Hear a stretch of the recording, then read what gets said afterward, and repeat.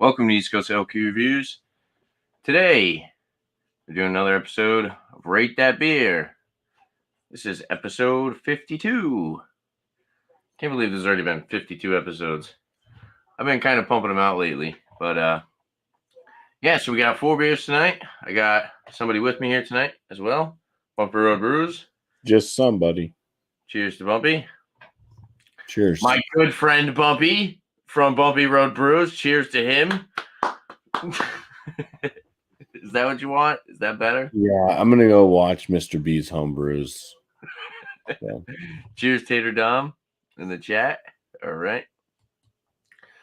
So so the selection that I have tonight is kind of St. Patrick's Day themed, I guess, kind of. There is a kind of random one in there that's sour, but I do have a bunch of kind of St. Patrick's Day style beers, which is pretty cool. This would be nice to go over before St. Patrick's Day. Yeah. When is that? Because I know you were saying that you were trying to put it's on a Sunday. It's the 17th, March 17th, Sunday. So yeah, it's cool to kind of check them out, try to review some stuff before. Your live stream is not coming up on my feed. Oh, well, it says we're live. Yeah, I keep refreshing my YouTube page, and you're just not popping up. Sometimes it does that. I guess you're not popular anymore. Probably not. Do you have the bell not rung? I don't know, but I'm about to watch that video. She's got a nice cookies. What are you talking about, Bumpy? Of course I have the bell rung. Come on. Do you have a beer? I do have a beer, too. This is just like... You ready? You ready to be serious? I'm just gonna go. I'm gonna have to just go to your. I don't know what. Here, I'll put the link in the chat. Look, how about that? It's right here. No, I'm just gonna go to your channel and I'll find it. There it is. It's just not showing up in my recommended. Interesting. Maybe it'll pop up. Well, cheers, Bumpy. What do you have today? All right. So, hey, since you mentioned, oh, I already threw one can away. Oh, well. I have a couple of Irish beers that I have coming up on my channel. This is like a preempt, like shout out to my channel. But yeah, this upcoming week I should have starting off with the Sullivan's Irish Red. Not sure exactly what date. I think it's on Wednesday. I think it's this upcoming Wednesday. I have that video coming up. Maybe it's Monday. Right around there, whenever. Another one that I'm going to have coming out is O'Hara's Irish Stout Nitro. So a couple of those beers coming out before St. Patrick's Day, since this is an Irish themed type beer. But we're going to get away from Ireland and we're going to go towards Iceland, or maybe Greenland. I don't know. But from Jack's Abbey Craft Lagers, I have their Nordic Frost. This is an Icelandic style bock. That is the label art. You got the Viking warship there. And let's read the back here real quick, because it says loyal to lager, brewed with Caramunic malt, North American malts, decoction mashed. So decoction mash is when they kind of take out as they're mashing, they have it at a certain temperature. They take out some of the grain itself. They'll kind of heat it up, and then they'll add it back in, which then raises the temperature. And they do that like three times or so until they raise it up to its final mash temperature. So starting lower, like in the 130 range, and then raising it all the way up to like 155-ish or whatever by doing that. So decoction mash is pretty interesting. It's supposed to add. That's cool. It helps with them. I've seen that. Things. Yeah, it's supposed to give it some, bring out more of the maltiness and stuff like that. Nice. Out of the beer. It's supposed to add the proteins. I can't remember all the specific names of it, but yeah, it's definitely something that I wouldn't want to do. It's time intrusive and not something that's necessary with today's malts the way that they are made, but I think it does still enhance a little bit. It says this beer was brewed for when the weather turns chilly and we all retreat to our cozy comforts. Inspired by the Icelandic tradition of brewing great bocks for the winter months, this beer is celebration of all things frosty. Canned January 23rd, so we're looking at a month. It's a little over a month old at this time. Let's crack it. It is a lager, because that's what Jack Dabby does. Lagers. So, Can't believe tomorrow's gonna be March. I'm excited. right. Sick of the winter. Well, it's still winter. I know, until, but like, it's gonna start getting a little warmer. all right. Yeah. So the head on this, it's tight bubbled. It's sudsy but tight. So it's not like super frothy, but it looks like it will last a little bit. The coloration of it is a kind of nice copper coloration. It is clear. You can definitely see through it. It is a lager. Effervescence on it. I see some bubbles kind of going up through. Maybe harder to see on camera. You want me to keep going here? I mean, it's just the two of us. You want me to pour mine? Yeah, you can pour yours. Okay, then we'll go back to you. All right, that works. All right. Well, cheers, Bumpy. Looks good. Cheers. Looks interesting. So, what do you think I should do first? I think I'm going to try the red ale first. I think that would be a good start. I don't know what other beers you have, so Got a sour. I got a good, nice little variety tonight. I got a sour. yeah, I'd probably save the sour to kind of cut between a few others. Well, I think I'm going to do the red ale first and then the sour, maybe. And what else do you have? Like an imperial stout or something? I got an Irish cream stout and a double IPA.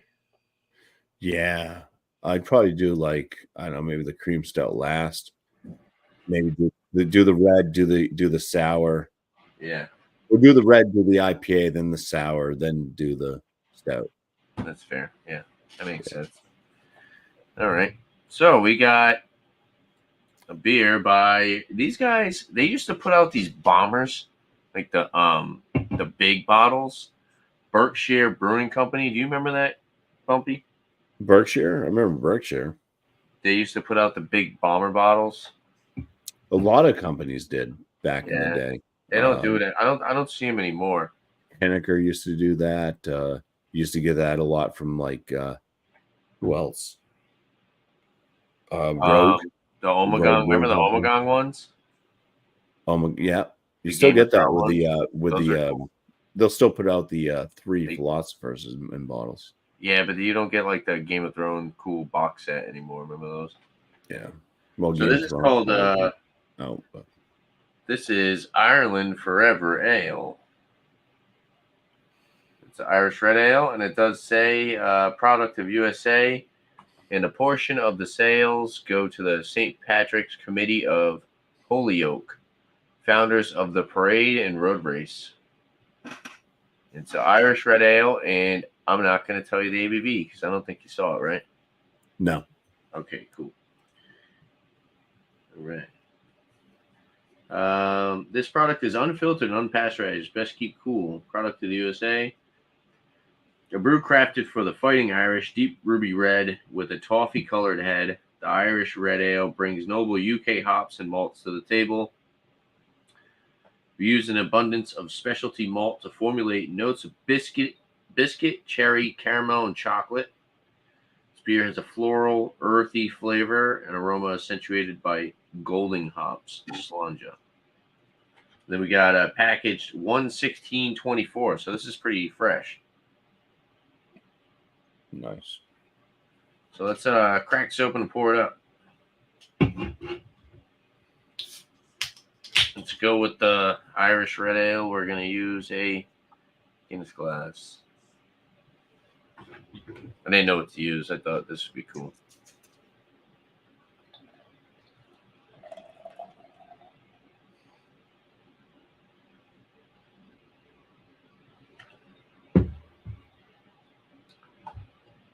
Let's good looking beer. Nice, amber. Kind of more looks like ruby. mine. It's very ruby. And we got kind of that like khaki color kind of tan head on top, about two and a half finger. Kind of frothy, sudsy. But there is some nice clarity to the beer. Good amount of effervescence as well. So yeah, we'll see. It kind of looks like this beer, doesn't it? What about this beer? Oh yeah, look, cheers. Cheers to they all do kind of look the same. That's funny. All right, well, cheers, Bumpy. We'll come back to you and you can talk about your beer. Right. Yeah. So some the head's dying down on this one. Some aromas from it. It's bready. You get that breadiness from afar. It's got kind of like a slight like brown bread, maybe a little bit bread crusty type thing. Like I said, it's possibly due to the concoction mashing. It kind of brings out a bit more of the maltiness, bready tones of some of the malt. Underneath that, slight fruit aroma. You said that was a Bach? Bach? Yeah, the Bach. Okay. An Icelandic Bach. Yeah, it's mostly like brown bread crust, and then there's just like a slight kind of fruity note. It might be like a little bit like apricot, like just a touch apricot, and maybe like a touch like grape. Cheers. Cheers. Sounds good so far.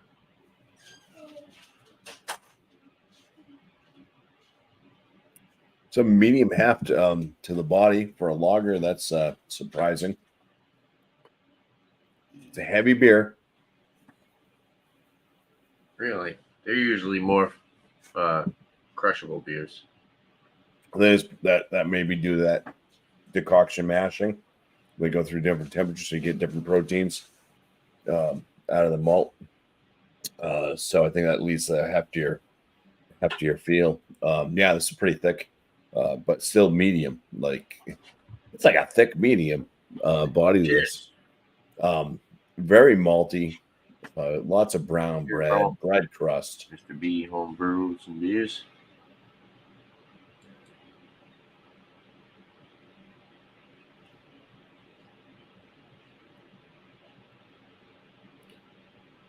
From the hops, it's a little bit of a slight kind of fruity zip. Kind of finishing with a touch of like it's kind of goes earthy.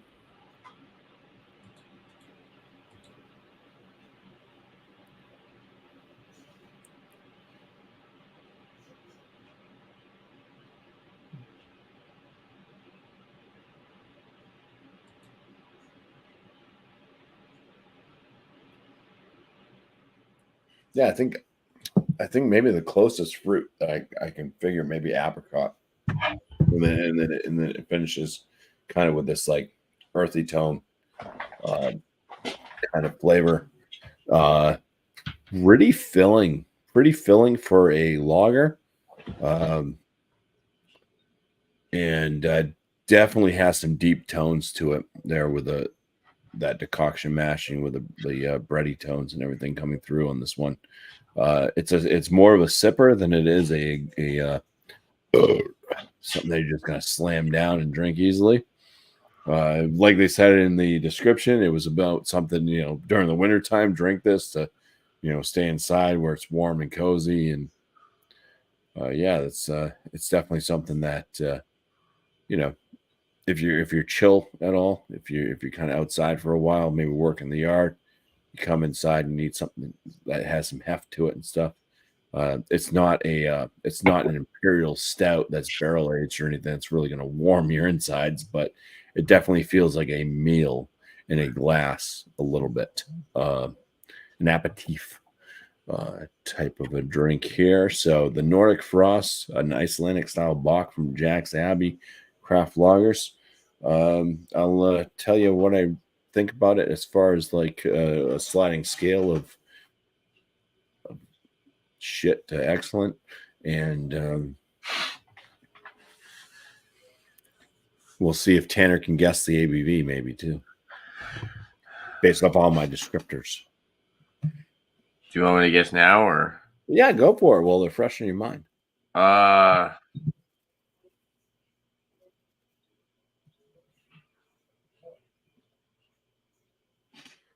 Bach, not a Doppelbock, right? Just the Bach.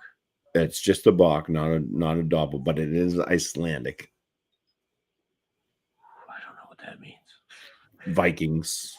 6.5. Close. What is it? 7%. Really? It's that high? Wouldn't that be a Doppelbock? No. Like I said, it's Icelandic. It's an Icelandic Bach, but Doppelbock's usually like 7.5 to 8, right? Maybe? Yeah, you can see Doppelbock, I think up to like 9%. Yeah. I don't have the BJCP guidelines in front of me. But yeah, 7%. And it definitely has a little bit of heft to it. Like I said, for being a lager. So cheers. Cheers, Bumpy. Nice, dude. They make good stuff. I like Jack Sammy. All right. We got this Berkshire Brewing Company beer, Ireland Forever Ale. To be completely honest with you, I was never really a big fan of this brewing company. I decided to give them another shot. It says Brewed with Delight by Berkshire Brewing Company out of South Deerfield, Mass. So let's go for the nose. Definitely a ton of caramel malt.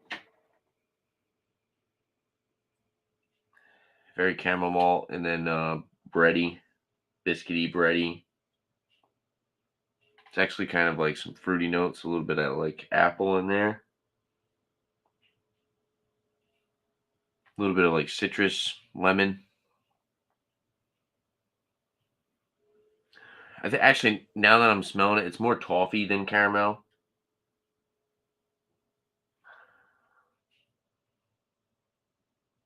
Those fruits are turning more into kind of like dried fruits, like raisin. Slight hint of like a flowery floral, but definitely more sweet.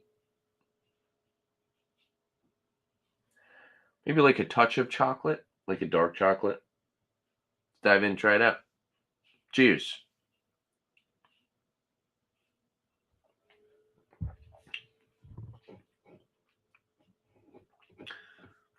Pretty solid. Mouthfeel is about medium. Carbonation is definitely not as carbonated as I thought it would be with the amount of effervescence, but still lighter side, medium for the carbonation. Slight touch, touch of sticky sweetness, kind of like toffee, sticky sweet. A little bit of a roasty kind of coffee bitterness on the back end, combined with a little bit of that like drying astringency.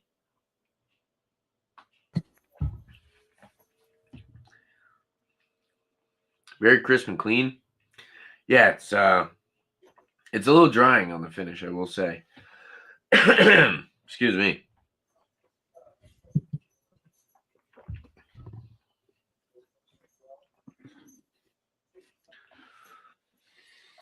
I think there's a lot more of a flavor mouthfeel to this than you would expect for the ABV. It's pretty good. It's also pretty fresh. So you get a lot of like the fresh malt flavor. I think the malts in this are really, really strong, dominant, toffee, breadiness. And then, like I said, you get a touch of like the chocolate and the coffee in there, slight roasty notes. Um, Overall, it's pretty solid beer. I don't mind it. Is it something I would want a whole 4-pack of? Probably not. But I mean, I think this was like $14 or $15 for a 4-pack, and I got it for like $3.70 a single can, something around there, something along those lines. So not a bad price. And yeah, well, you want to guess the ABV on this? And cheers to Sam, Short and Stout Beer Reviews. Cheers, bro. What's up? Yes, this is a Irish red ale. So I just had an authentic Irish red ale, and I'm thinking Berkshire, and that one looks a bit lighter. So meaning maybe the ABV might be boosted a little bit. I'm gonna guess 5.3% ABV. So you're close. It's 5.5. 5.5. Yeah. That's a strange ABV. So you're very close. Well, what are reds normally? I thought that would be. Oh wait, I was thinking. Never mind. Jesus. What were you thinking? What did you say? When you said 5.5, I was thinking like it wasn't 5.1. It was 5.0. No, 5.5. 5.5. Not 5.05. Added decimals over here. Oh Jesus! I've had a couple of shots of whiskey today. Damon started talking, didn't realize I was gonna pull him. Cheers, Damon. What's up, dude? What's going on, bro? What's going on, guys? Nothing much. Just reviewing some beer. Hanging What out. are you drinking there, beer man? And it's not very good. It's from the shoots. Oh, okay. Because I thought you had a snake, because that's the next thing I'm doing. I'm gonna show everybody a snake bite. Where is That'll it? be my next review. Can't find it. Because we're gonna do Irish Day. There it is. It looks like it. Jesus Christ. It's called it's a 4% limited release Sunny Citra IPA from Deschutes.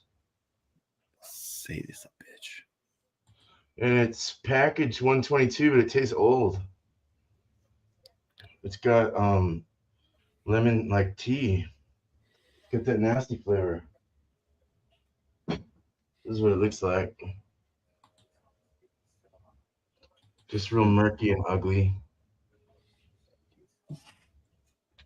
Tastes like 5%. It's got What is that you're drinking? That's Deschutes? Yeah. Lager or something? No, it's a IPA. It's a session lager. Oh, Session IPA. cool label though. Yeah, cool label. It was bottled 122 of this year. Packaged anyway. You didn't like it? It's not that great. It's kind of soapy. Yeah, I know what you're saying. Sometimes I've had beers that are like that. Yeah. That'll throw you off quick when you get kind of that lemon pledgy kind of hop flavor.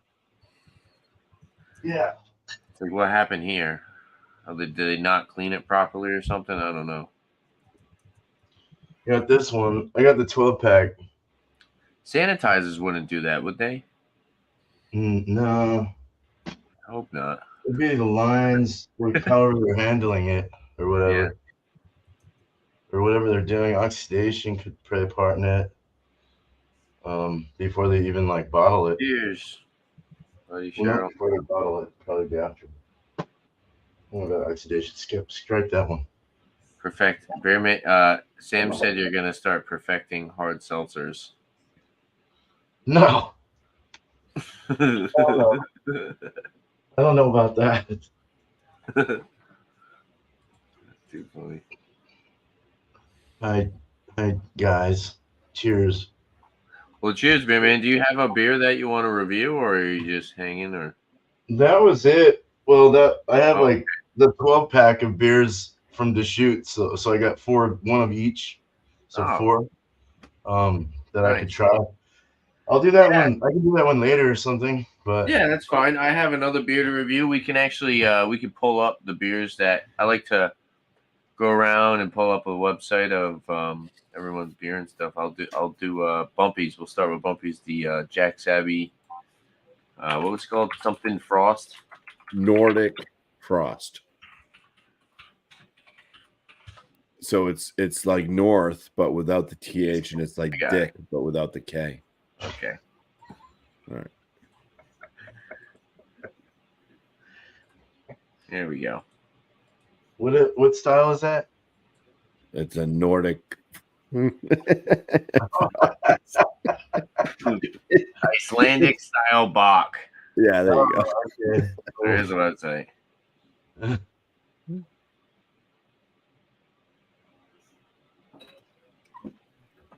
You guys are ridiculous. This beer was brewed for when the weather turns chilly and we all retreat to our cozy comforts. Inspired by the Icelandic tradition of brewing great Bachs for the winter months, this beer is a celebration of all things frosty. 7%, nice. Yeah. Let's look at their other beer. There's the core stuff. Shipping out of Boston. I don't know if I think I have seen that actually. Yeah, I can pretty much get all their stuff. Their distribution's pretty good over here. You had the Hoponius, didn't you? Someone did. Yeah, the Hoponius was like I one love of the the first Hoponius. things I buy the Hoponius all the time. It's so cheap and so tasty, dude. It's a West Coast style lager, right? Is it a lager? Is it a lager? They're all lagers. But that's West Coast, so they add like more hops to it. Well, they're all lagers. So if they make a Pilsner's still a lager, but a Pilsner's not a lager. It says craft lagers. Necessarily mean it's a Pilsner. But all Pilsners are lagers. Yeah. A Pilsner is a certain style within the lager. Have you had the rice one, Bumpy? The rice the rice catcher, the Ray catcher? The Ray catcher? I've had. Yes, I have. Rice lager. I want to try that. Is it good? Does it taste like? Have you had the Wormtown one? The rice lager from Wormtown, or corn the one lager? that's like the Boston, like they say, like the offensive thing about Bostonians. Oh, maybe it might be that one. Oh, mass holes. Mass holes, yeah. Yeah. Have you had that one? No, I haven't. But I do call people in Massachusetts massholes.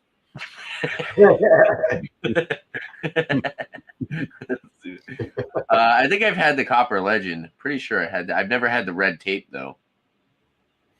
Someone had that one. I don't know who. I've seen the red tape. What the heck is this? Kiwi Rising. Ooh. Well, I've not had the Kiwi Rising. I've had the Boston Rising. Can you guys see this? Yep. 8.5 lager. Jeez. Oh, Cut through the haze to reveal the taste of New Zealand hops in this clearly hoppy double IPL.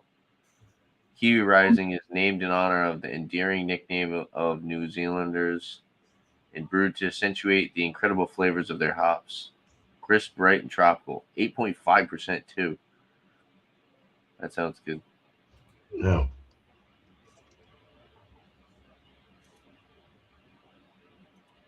Keller beer? I don't think I've had any of those. Oh, there you go.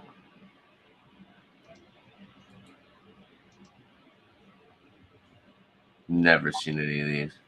What's that one? Which one? The one you just that one. The fire and what? Fire and Bernstein smoked Marzen. Yeah, no, I have not had that. That sounds cool. Yeah. Citrus got real. That's funny. Instead of shit just got real. I assume that's how you would say it if you were kind of buzzing too. Yeah. It's great. These guys have specialized. Dark as hell. A dark Hellas. Are you kidding me?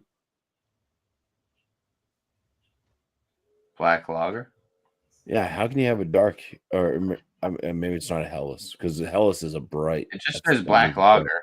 Right yeah, there, yeah. but dark as hell, usually Hellas. Golden Lager. I've never seen that. Chill Days. I think I've had that one. Yeah, I've seen that one before. Slow Lager. Bohemian. Yeah, Jack's Abbey would be a nice place to. Yeah, that would be awesome. Yeah, I would love to go there. Smoke Dagger. I want to try that. You haven't had the Smoking Dagger yet? No. Oh, that's a pretty basic one they put out. Like you find that all the time. It's not. Yeah, I was gonna say, and then of It's course a smoky dark lager. Their Framingham stuff, which is this isn't even all of them. Their Framinghams are so disappointing. Really? Yeah, the bourbon barrel aged one, the one in the can. That's the ones I used to. The ones I've had. They used to, and now they've gone so cheap. All their stuff just tastes like so. It's not good. Trust me. I've spent money on them, and I've had a couple. I'm so disappointed. Recently, but I know I had one like maybe last year or something.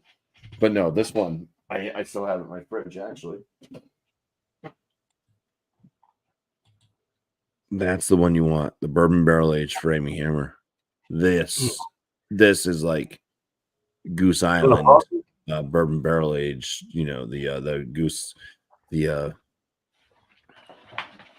Bourbon County Stout type. Is that a Baltic Porter? The Baltic Porter, yeah. Yeah. Okay. 12% ABV, barrel aged. It's it's really good. This one? Yeah. Yeah. That's their best. That's their best. That's the base, and that's the best. All their other ones are like just kind of funky, weird, and well, they add adjuncts to them. I mean, yeah, they add adjuncts. They are like it's artificial flavors. It's weird. It just doesn't. It's like having it. It's like they like take something that's like good, and they're like, oh, let's make a wax candle out of it. Yeah, and that's what they do. They make a wax candle out of it. Experimenting those, and then you're drinking. They come off waxy. They come off like this, like weird, like flavor tone. Like the aromas might be nice, but they don't taste like they're real. I don't know. I liked a few of them. Cheers. Cheers. Cheers, Bobby. I don't know. I still like them. And they're not too expensive. Like to waste $13. I think they're like 10, maybe. No, they're like 13.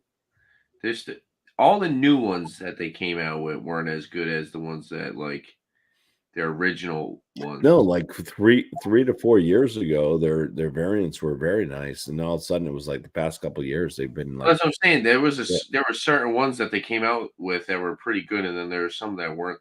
Like, I don't know, they just weren't doing the past 2 years. It's like every single thing they're coming out with sucks. Oh. That was in a bottle before, right? The Baltic? They're in the bottles, yeah. Well, that's the regular one, so you can get that. The other one, their original is in the can. The ones with the adjuncts are all in bottles. Yeah, the ones with the adjuncts are all in bottles, wax top bottles. Oh, really? They're wax top. Maybe they're not. No, they're not wax. I don't think they're wax top. No, it's like everything comes out like in the same time frame. We got 603. We got all these other ones that come out. They're all wax top everything. It's like, cheers, Bill. Hey, Bill. What's up, bro? This beer got better. It's not as soapy anymore. Well, I'm gonna be right back. So I'm gonna put up after these messages. You don't want to just let me and Beer Man converse. Yeah. Be right back.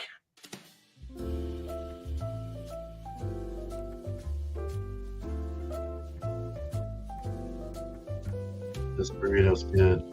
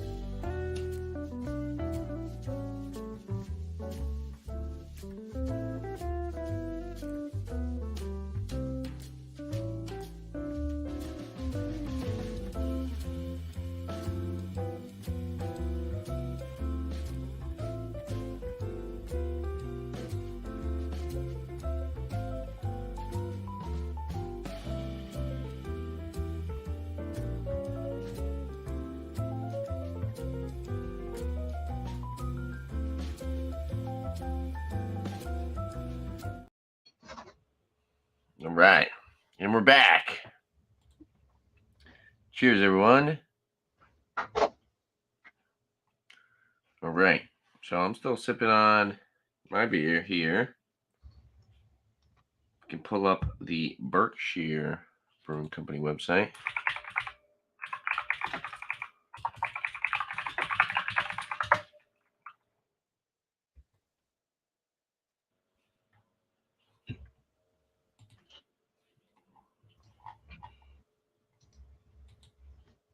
It's weird.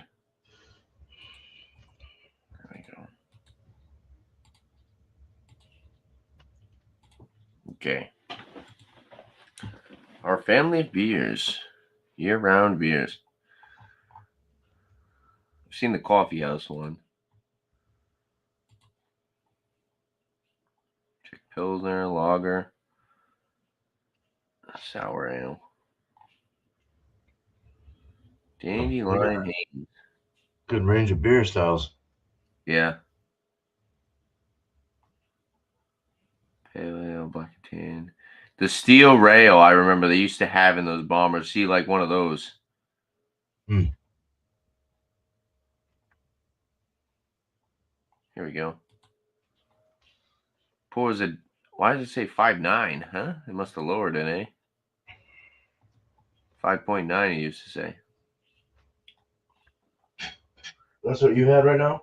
Yeah, pours deep red with off-white head.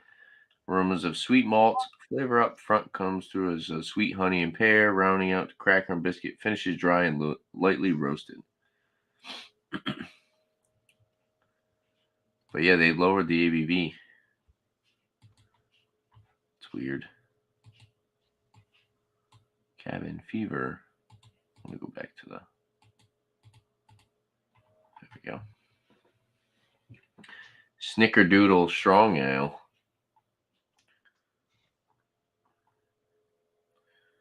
Jalapeno. Yeah. Benito. Jalapeno IPA. It's interesting. Raspberry truffle. What is that? This? Yeah. It's a barley wine, too. Oh, wow. Looks like you got lost. What the heck? What? Oh, I guess they don't brew that anymore. Got lost on your own page, huh? Bring your own food. Bring your own food. Where are the pictures? Oh, here we go. Week.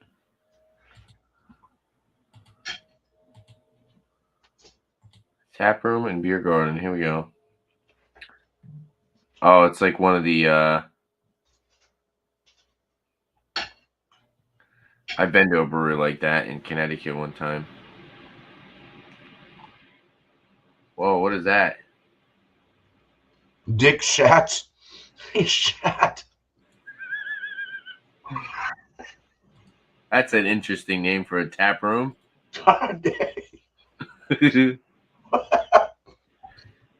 Looks pretty cool though.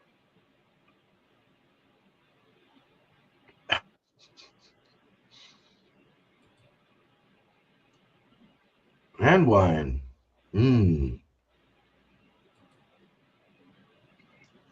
Where's Berkshire at? Mass? Oh. South Deerfield. Dick Shat. I'm assuming that's someone's name. Yeah. I like how they have the hops growing up off the wall. Yeah, that's cool. Like merch. Totally cool, man. Dick Shats. I know, Bobby didn't even see that. He wasn't even paying attention. Sorry. Maybe it's for the better. I was saying, yeah, I was looking at this.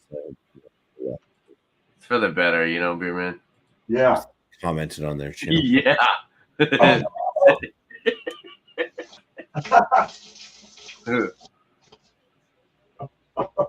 Berkshire. Yeah. That's like Berkshire. Rob's favorite place. Berkshire. Yeah. You know Rob from Massachusetts there. Rob's beer reviews. Ron's reviews. Around. Ron, not Rob. Ron's beer reviews. Yeah. Oh, Brews and Tools. Yeah. Mm-hmm. Who's got a strong Boston accent? Yeah, yeah. You want to hear what a real Bostonian, like Massachusetts guy sounds like. That's who you go to. Don't go to John and Nelly because he's from Georgia, not really from Massachusetts. Tell you, you're not gonna get any accent out of John. He's got zero accent. Even Tanner here has an accent. Like, because John wasn't deep south, so he doesn't have that like southern accent. He doesn't have that southern drawl, and he doesn't have the Bostonian thing going either. Oh, He's no. neutral. He's so neutral.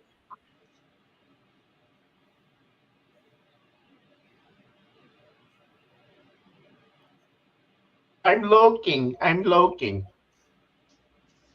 Oh God. Yeah. He got a strong one. John doesn't even have a southern accent. I posted my Blackstone video yesterday.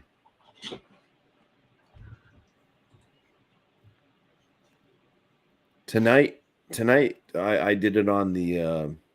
What's Sam doing? Is Sam working? Probably, right? Yeah, I did it on the smoker, the pit boss. That video will be posted maybe, I don't know, whenever. Excuse me. Oh yeah, that video came out good, dude. I have to watch it. But It's long. I posted a long video because you get like feedback from different people, and like there's people like, oh, I wish that I knew how long to cook something, and I knew what temperature you were cooking it at. You know, they want like detailed stuff. So I'm like, okay, well, I just recorded the entire cook. I mean, I didn't do every single quesadilla that I made, but I did 2 of them, and it was kind of the I just did the whole cook. And I said, I'm not going to edit it because then, people be like, well, how long did you cook it for? Well, just watch the video now. You'll see. This is what I have it at for the temperature wise. This is what I did. And it turned out perfectly fine. It tastes like a goddamn quesadilla. Problem is, it was a little bit too spicy for my grandson, so he didn't like his. It was too spicy for him. Oh. Apparently he thought it was pizza. He thought it was pizza at first, so he was excited. Pizza? Did you finish those hot sauces I gave you? I still have the Citra left, but yeah, I did just a little bit of it. Just a little bit. Did you say that Citra was kind of weird? It was kind of funny. Yeah, because it's got a bitterness to it. It tastes like a hop. Yeah, it works on certain things. That's a local company over here. That's pretty cool. It works on certain things, but it does not really work with the eggs. Yeah. So if you do when we went to Teas, that breakfast joint, that's what you put their hot sauce. They use their hot sauce. They're like they're connected with a lot of the local breakfast places, which is cool. Yeah, their red one was really nice. That reminded me a lot of A1 sauce. Oh, that's what it's called, right? Red. It has a kind of citrusy kick to it. What was the name of the thing? Reds? Was it Reds? I think it was just Reds. Reds original. Yeah. The Rojo sauce. Yeah. RHEDS. For Rhode Island. Yeah. Not to be confused with Red Hot sauce, which is the big Reds. The big brand. Red, you mean Red? Frank's No, Red. Yes, Frank's. Sorry. Yeah, it says Yeah, Frank's has a distinct like that buffalo chicken flavor. That's kind of that's what Frank's hot sauce is like. Is that buffalo chicken? Buffalo chicken more red? Oh, They do have a buffalo chicken hot sauce, but their regular one tastes a lot like buffalo chicken, anyways. Oh, okay. It's it's the I like saltiness, but yeah, it tastes like So, a buffalo I know this sauce. is kind of off topic. Joe said if you go to Buffalo and you ask for buffalo wings, they look at you like you're an idiot. All right. So you go to Buffalo and you ask for Denver wings? No, he said you just ask for wings. You're in Buffalo already. What do you mean? Well, yeah, but if you go to Philadelphia and you ask for a cheesesteak, Yeah, can I get a Philly cheesesteak? What do you mean? Yeah, I want a Philly cheesesteak. But there's the difference. There is a difference. There's different cheesesteaks. That's the thing. Like here we got maybe this is like a New England thing, like New Hampshire area, Massachusetts, whatever. But we got the steak bomb, which is not a Philly cheesesteak, because the steak bomb has pastrami mixed in with it. Pastrami. It has peppers. Oh, yeah, you are right. Yeah. Peppers, onion. Have you had the one from Market Basket? And mushrooms. You have the one from Market Basket? What? Have you had Market Basket steak bomb? No. Really? I've had their pizza. Their pizza's good. You've never had any of their sandwiches? You don't go. So here's the thing, right? No, they have their deli. I know they have. No, they got listen, right? They got a hot plate. Every Market Basket, they got like a hot plate, and it's all hot food. I know. You don't go there. You got some time. You go to the thing where they have like. And those are people like you that are like want to grab a lunch for work real quick. Yeah. Yeah, that's what I'm saying. But not for a family guy like me. Where you can go in and they have. You can go in and they have people who they'll take your order and they'll cook it for you right there. Yeah. They have a pizza joint there too. And that pizza thing too. Yeah, that's what I'm saying. Not all of them do, but I think some of the newer ones have them make the steak bomb for you. Like their one pizza. Their pizza's pretty good. They probably do. Pizza's not bad.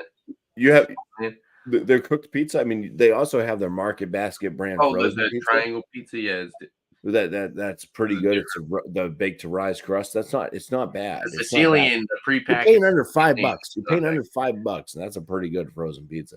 But yeah, no, they actually have like a pizza bakery, and you can order it to go. And I used to love. It's not bad. It's really not bad for like what you're paying. They have coffee there. You can get coffee. Yeah, it kind of sucks. You can get those healthy. You can get those healthy kale drinks. That's the thing that sucks, because those stores are so busy. You don't want them on your route, but they're awesome because they have like all that fresh food. Right. And, you can get. Yeah, no, I've picked up some of their hot, ready to go meals before. But they are busy. Those Market Baskets, they sell some product. Yeah, they're always jamming. And their prices, like their produce and stuff, are pretty fresh. I mean, if they have it, it's there. Yeah. So like over like what you might find at Walmart, where you get this like you go in for like you go to Walmart and you try to pick up some like bell peppers or something. They're like these little shriveled up fucking like old men. And it's like, what the hell is this? You go there and they're like nice and plump. You're getting getting some good produce. So sure, if they don't have it, they don't have it. Yeah, that was interesting. They're not going to put little shriveled old men up there. Well, on that note, I think it's time to review another beer. So I have my. What did we say I was gonna? I think I'm gonna do the. I kind of want to do the sour next. Yeah, I think I'm gonna do the sour. I'll be right back. I'm gonna grab a glass. All right. Cheers, everyone.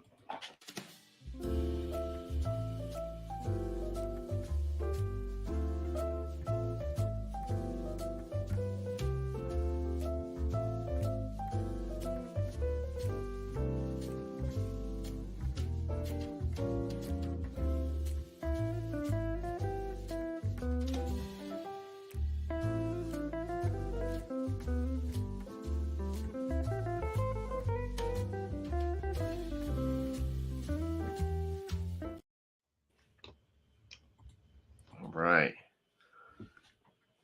And we're back. So,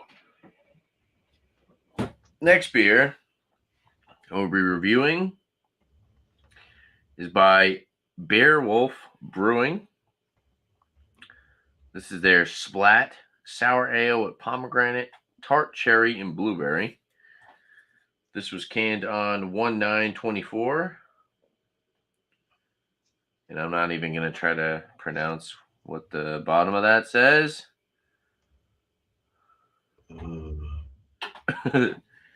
I couldn't read that. I don't think I even. Oh, I do see an ABV. Okay.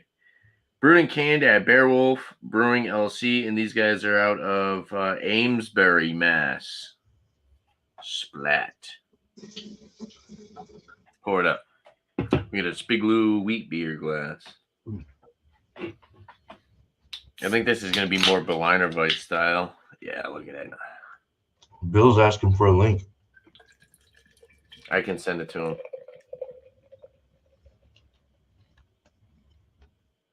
Yeah, this is definitely way like Berliner Weiss sour. I kind of had a feeling it was going to be like that. It's kind of looks like a West Coast IPA. It's kind of that more amber, not amber. Yeah, I guess you could say amber. No, not amber. Hazy golden, kind of. It does kind of, in person, it looks a little bit, kind of has a little bit like of a reddish tint.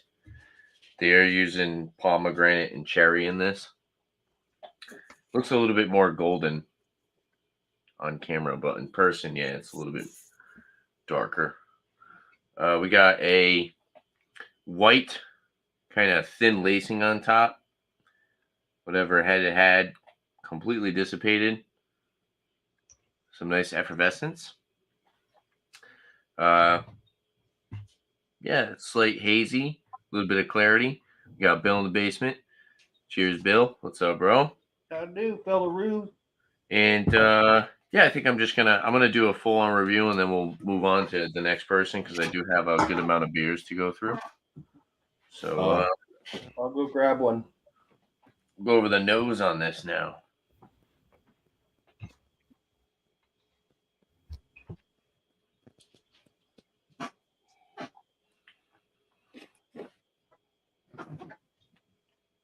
The blueberry is actually very prominent. It's more berry forward. It's kind of got that big kind of acidic berry combined with like a sweet kind of fruity floral note. Definitely some nice sweetness. Now it's pomegranate, tart cherry, and blueberry.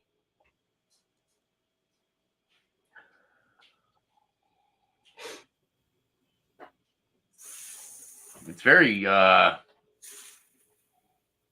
light on the nose. It's not super strong on the aromas. For a sour, you do get that, like I said, you get a little bit of that acidity, but then you get a nice sweetness from the fruits as well. But definitely kind of laid back. Maybe my nose just isn't working right now. Let's dive in and try it out. Cheers, guys. Cheers.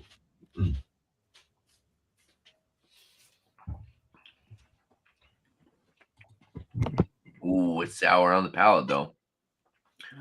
Woo!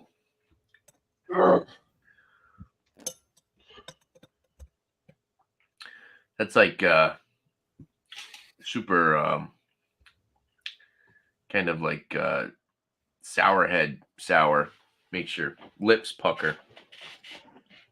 Let's make other things pucker too. Kind of dry, very drying though.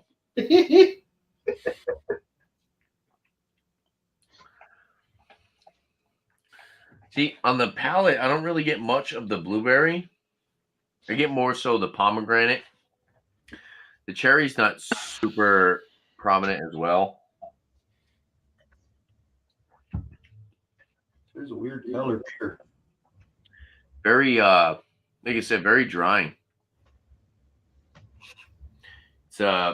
It's almost like the acidity is kind of taken away from the flavor of the actual fruits, and it's more of just kind of that like sour flavor, kind of like you would get with like a sour head, where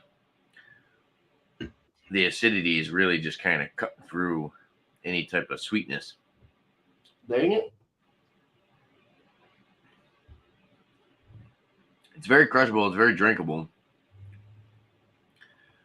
If you can get past the heartburn. Oh, God. Yeah.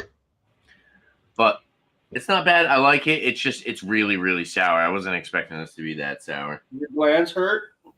I thought it would be a little bit sweeter. I'll sit and sip on this a little bit longer, and we'll move on to the next person. So does anybody have a beer that they want to review? I do. You got one, Bill? I do, sir. All right. We'll pull you up, and you can review a beer. Cheers, man. How are your glands feeling now? Fine. Okay, cool. Usually my glands freak out when I have a sour like that. Yeah, it's more so my chest. Okay. Heartburn is getting to me. Eat some Tums with that beer, huh? Yeah. We got the world It famous. should come with a couple free ones with the amount of Exactly. Or Alka-Seltzer kind. You could just drop it in the beer. Sheesh. Here we go. There you go. One of the world famous, probably the best beer Sierra Nevada ever put out, in my opinion. Nope. Wrong. Is awesome. Huh, Bumpy? Bumpy, I loved your cook videos. Awesome. I liked how you kept it raw, unedited. And the part where you dropped the package and went, damn it. That part was awesome. It was freaking funny, dude. Well, it's because I had to bend over to pick it up. That's what I figured. That's why I laughed. That was awesome, dude. I would have probably did the same thing. Damn it, I got to pick it up now. Shit. Okay, sorry. So I can't really see. I'm guessing again. I think it's what, 9%? I forgot. Yeah, this is. Oh, I didn't even have you. Oh, you weren't supposed to tell everyone. Oh, really? Oh, that wasn't it, anyways. Oh, okay, then don't tell us. I was wrong. Sorry. So it's still a mystery. Yeah, don't tell us. We'll try to guess it. Well, It's still a mystery. it's 3%. Because I never said what this beer was. 3% barley wine. Yeah, it's Yeah, the 3%. Bigfoots are. Oh, That's I the know what that is. That's though. the 2024. Yeah. feel I like haven't know picked what that one up yet. It's sitting in the store. They're aging it for me. Does everybody want to guess? You can guess. What? We'll guess Bill's right now then. 9.3. I was thinking that too, but not probably 8.8 or something like that. 8, 9, 9.5. Nope. Tanner is the closest, though. It's 9.6. 9.6. Wow. Really? I thought it was 9.5. Nope, 9.6. Interesting. I'm doing an Alex pour. And I think that's one of the ones where it's always 9. It's always that number too. Oh, yeah. Because I Yeah, thought I it was forget different every year before. because Well, I thought it was different before. Every year's tastes different. Well, when I make my next drink, you guys are gonna have to guess what the median is because it's gonna be two different alcohols combined. Whoa, Cuvée. that sounds a little crazy. That's gonna be hard. Is It it going is to be gonna be. beer? Is it going to be beer or mixed drink? I'm gonna make a snake bite, Oh, okay. so Right, hard it's cider not and bite. stout. All right. What does it mean when a girl like pretends to rub a booger on you at work? Pretends to rub her what on you? Like she pretended like. Are you reviewing? What's going on now? You guys I'm are waiting doing. for the head to go down, What's going on? making some conversation while the head goes That's down. quite a big head. Yeah. Well, thought I was. Do you want to Alex. move on to Beer Man's beer? Yeah, sure. Yeah. I gotta like babysit you guys. I'm not paying attention. All I hear is you guys are talking about some nonsense. Unreal. Beer man, you got a beer? Yeah. Somewhere. Don't tell us the ABV this time. Yes. Don't tell us. Yeah. Beer man. I won't That tell was you funny. the ABV. That was No, hilarious. have you guys had this one? Fresh Squeeze IPA? Oh yeah, that's The good. shoots, I've never had it. Good. I'm hiding it. Yeah, It's just that's an a good one. IPA. It's just an IPA. It's not a double. It's a fresh hopped, fresh cones. Okay, so it's single Those IPA. guys are pretty good, man. It's a regular IPA, yeah. Good budget craft beer company. Budget craft. I think they sold out and everything. I This- want to get more into hot sauces though. Yeah, One- they went from Deschutes to Deschits. this shit. And then went from the shits to I've been getting the feeling shit. all morning. All right. So fresh hopped IPA, regular IPA, bottled 122.24. Oh, that's is what it freshy. says. So pretty fresh.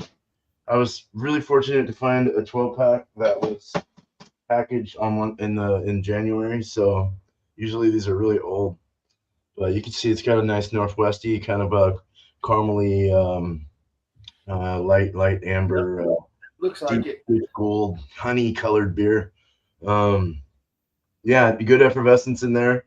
Highly effervescent, actually. One finger head, off-white head, kind of almost tan on the nose. Man, I think they farked up on their bottling or something because they all smell like tea, and these are fresh. Because they're in bottles. Bottles suck. I think so. Yeah, I don't like bottles at all, dude. I mean, it depends, but what's coming out of the bottle here? Smells better out of the bottle, but could be my glass as well.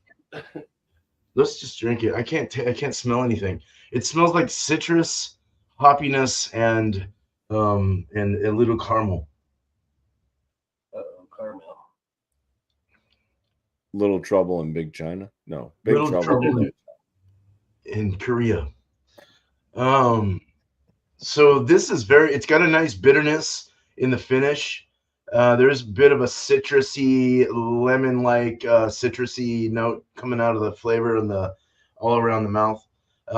Very bready, very well balanced. The hops, I wouldn't know if you wouldn't be able to tell if it was fresh hopped or not, but it's definitely got a hoppy character to it. It's kind of a pininess in the finish. Lemon pine, maybe a little grapefruit, your traditional kind of Westy. It's got a medium body, and mouthfeel's a bit zesty, kind of sharp on the mouth, pokey. Boy, yeah, it's not bad. It's pretty good. It's definitely a crusher, in my opinion. Something that's light and easy to take down. It's really holding a nice retention. Very nice, good head there. Very malty, very bready. I like it. It's not bad. It's actually I haven't had this in a while, so for a macro craft, it's not terrible at all, or grocery. Yeah. So I'm yet to go into Deschutes Brewery. They're over in what, Hood River or something like that. I think they are. Nice. Cheers, I'm gonna man. guess. So I'm now, gonna guess here's 6.3. yeah, I was gonna say. So now we're gonna try to guess. Oh, okay. Yeah. 6.3. All right. Bill, what do you think? I'm 60 thinking like IBUs. 7.4. Can I see the label one more time? So you can look it up on Google. 6.5. Computer. That light? Yeah. 6.5. All right. Bill, what do you think? 7.5. So he said it. 6.4. 6.4 with 60 IBUs, so it's very well I said balanced. 6.3. So Yeah. Oh, we both no, won yeah. that, Bumpy. That light? yay, we split it. I always thought Yeah, we that was both one. won that. I said 6.5. You said 6.3. Yeah. They kept it too, like the 60 IBUs too. It's a nice balance with the 1-to-1, kind of on a Westy. Between How's the your hops. head coming along there, Bill? Nice. It's going to be there till next year if I let it. That's just like, what the hell? Well, you want me to do my? while we wait for Bill's head to go down, you guys want I'll to go guess? ahead and drink it like that. You want to It's all good. guess my ABV? 5.7. It's a sour ale. Sour ale. 5.7. Look at it, don't Bubby. It's like Berliner Weiss. I'm gonna go. Oh, it's a Berliner Weiss side. Yeah. All I'm gonna say I'm gonna go it's 5.1 then. 5.1. What you say? It's 5.1. 4.6. I gotta say 6.3. Beer Man, 1 point off. It's 4.5. Dang. Wow. How much? Or 0.1 off, I should say. It's 4.5. Beer Man said that is good 4.6. for a light beer. Yeah, it's definitely lighter. I'm gonna show everybody how to make a snake bite now. Oh, nice. Do you want to do that, or do you want to let his head go down still? Yeah. Oh, mine's still. It'll be there till the end of time. I got crisp apple from Angry Orchard. Okay, so I'm gonna fill up half a glass with this. So it's just really a snake bite. Bottle opener, it says right on the cap, because everybody's like a cider, just screw top. All right, so I like ciders too, actually. about half a glass of. It's a little more than. We'll leave that out. About a half a glass there of cider. And then I have a Guinness Extra Stout. Okay. Now, the cool thing about this is I have this nice Guinness bottle opener here. And this is for making snake bites. Oh, cool. That's so awesome. You kind of put that in the glass like that. And then you pour over the top. Yeah. Oh. That's groovy, man. That is cool. Oh, snazzy. Yeah, I think I'm hallucinating a little. So that's a stout and you have a snake bite. That's trippy. So that is stout on top with the apple, hard apple cider on the bottom. That's fucking awesome. That is awesome. Question is, what's the ABV? Nope. How does it taste? So it tastes pretty good. When you start to drink it, it's going to kind of like slide both. You're going to start off with a stout. Interesting. On top, it has a lot of the stout nose, but like a little bit of that apple crispiness coming through. Yeah. So it's plum. It's kind of cheers, Keith. Roasty. What's up, Keith? Kind of slight coffee with apple cider coming through. Cheers. That looks really good. Cheers, Grumpy. Yeah. Imagine that with like Samuel Smith apple cider. Ooh. Yeah. Yeah, it's just a blend. When you drink it down, you get apple cider with a stout. It kind of takes away from the Guinness Extra Stout. It kind of turns it more towards like an Irish stout. It turns it to more like a coffee flavor versus the kind of real deep plum and maybe leatherness and chocolate type notes that come out of the Extra Stout.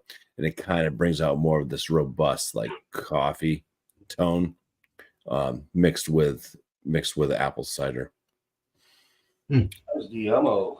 But yeah, it goes down pretty damn easy. And like I said, for the ABV, we'll just do a 50-50 split on that. So if you guys ever want to guess the ABV of kind of a 50-50 blend of this, all right, that's what we'll do. Handle 5.2. Imagine doing one of those with one of them Samuel Smith, like 5.2 for Beer Man. 5.2. Okay. I would say like 5.5. 5.5 for Bill. Yep. For what? What are you guessing, maybe? The blend. So 50-50, it becomes the ABV of this. How do you do so you get the hard apple cider from Angry Orchard, and then you have the Guinness Extra Stout. And it's the halfway mark of both their ABVs. Oh, the extra stout. Shit, that's a little bigger. Oh yeah, that's a little Five. more ABV, huh? 5%. So the midway point Beerman was closest at 5.2. It is 5.3. 5.3. Wow. The extra stout's 5.6, and the Angry Orchard is 5%. So, Oh, okay. Wow, Nice. good job. yeah, but that is a snake bite for you. See, it looks more interesting than it actually tastes.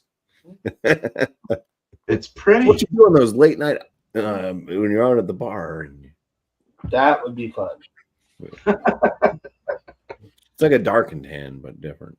Right? Ah. Second tab. Yeah. Did I ever give a number for the Irish Red Ale? I don't believe so. Yeah. I don't think so. Did you rate your first beer, Bumpy? Yeah, I think so. Maybe I didn't. What did you give it? Nah, I would score it probably like a 42.5, 43. It's very good, but nothing like outstanding. Yeah, I'd give this like an 84. You know. I like the Yeah, clear cut.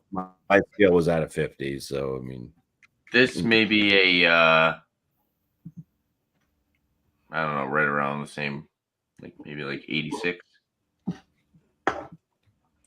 The Irish Red Ale was good. Yeah, it just seemed like it was, as far as complexity, it was very one note. It was very like toffee and bready forward, but it is also very fresh. Wish I kind of got a little bit more of the like fruits, dried fruit kind of. Maybe a little bit more like that chocolatey, chocolate and coffee kind of roasty note. And then this is just wicked sour. But it's good. It's tasty. It's drinkable, but the acidity totally takes over the flavor of the fruits. And it starts to become, I think it's more the pomegranate. I think that's why. I think the pomegranate it's kind of that drying pomegranate flavor that's kind of overpowering the berries, because it's pomegranate, cherry, and blueberry. So, Are you suffering from acid reflux now? no, I'm still doing good. if so, you need to go get yourself some Tums and quick. Yeah. Nice. Eat some cheese. I think I'm gonna have half a calzone in here very shortly. I think I'm curious to see what Bill thinks about that 2024 Bigfoot, because finally went down. Oh, I'm sorry, Bill. well, these things are like super fresh. These are very bitter, so we'll Yeah, it's see more. You know what? Yeah. It reminds me of a Northwest IPA more than a Barley one. It does. Smell-wise. Lots of darker kind of fruit notes, you know. But you are getting that hoppiness too, like a darker hop from the Northwest. Very malty. Really really nice beer though. Getting cherries and stuff. Kind of plums. Like just straight up hoppy. But I'm getting a nice sense of maltiness too. Almost like orange a little bit coming through. I'm gonna take a hit. I'm thirsty. Cheers. Cheers. Cheers. The beer is awesome. Like I'm almost getting a chocolate note in the sip now. But now that you mention it, it is super hoppy, really. On the back end, man, them hops really are heavy.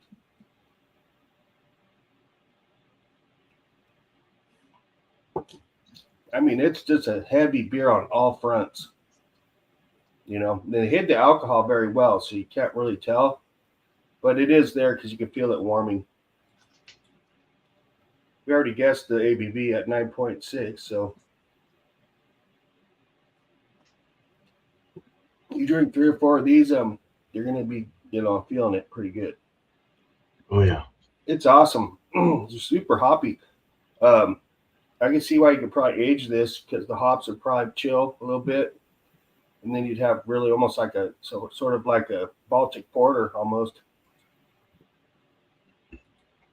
Super good. I mean, can't go wrong. $13 for 6-pack of this stuff out the door.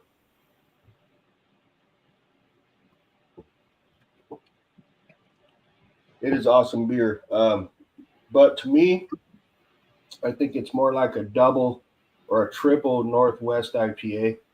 Yep. I mean, it's more like that because it's so hoppy.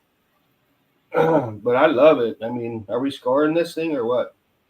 You can score it if you want. This is my all-time favorite beer by Sierra Nevada. It's probably in my top 10 all-time favorite beer, period.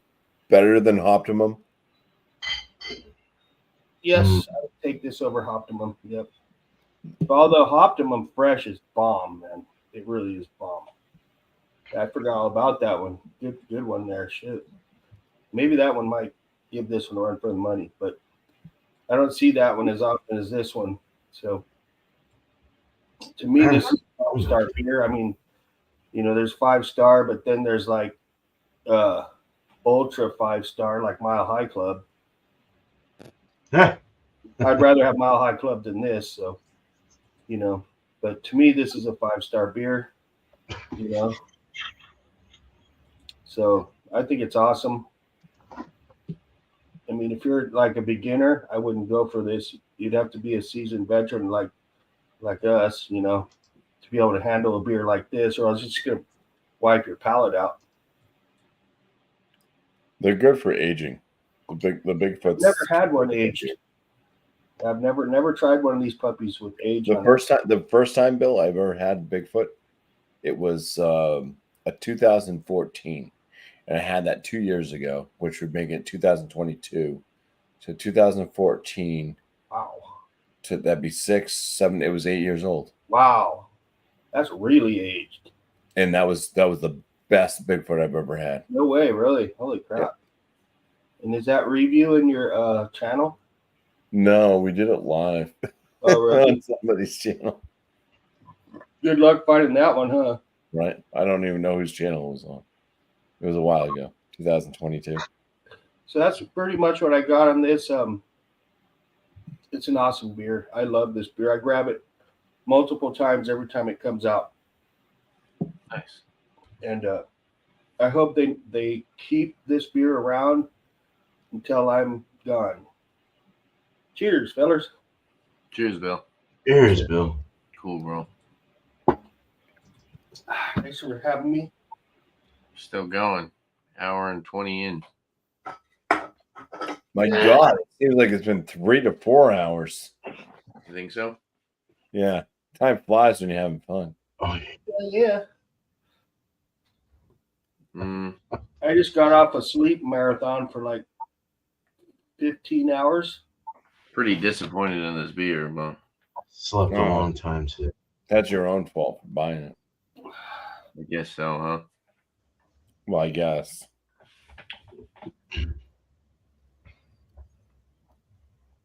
The aromas are really good. It's just the palate is just straight up sour. Like you don't really get much of the other flavors. It's just one of those beers where it's so acidic. It's like, how do you really pick up anything other than? Is it one of those like vinegary kind of sour beers? Kind of like vinegar? No, but it almost kind of smells a little goza-y, if that makes any sense. There's no salt. Like a saltiness to it. Really salt. It almost smells like it has a slight bit of like a salinity, but I don't think they use salt in it. Bready, crackery. The aroma's really nice. Does it have a Belgian kind of note? No. Like I said, it's like a very candied sour. If you're one of those people who likes those really super sweet sours, you would like this. Or not super sweet, sorry, super sour sours. Like a sour head, like a warhead. Were you a lemon drop baby? It's like you're taking a sip of that powder. Remember the powder on the warheads? I remember lemon drops or lemon heads. Yeah, it's like that powder. Super sour. That powder. God damn it. You know that powder? Do you know what the problem is with doing like a snake bite?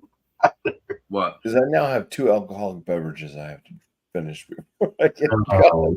going.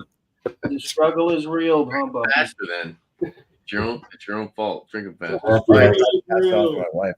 I went to my wife. I'm like, hey, you feel like a snake bite tonight? She looked at her watch and said, no. It's a happy accident. I'm going to actually try that. I'm going to use Samuel Smith, and I'm going to use the oatmeal stout in the cider. Yeah, tell me that would not do be both good. there. Yeah, that'd be cool. Tell me that would not be good, dude. You read my mind, Tanner.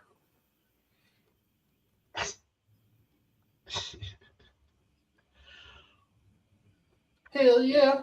Hell yeah. So I'm having a super duper lazy day today. Me too.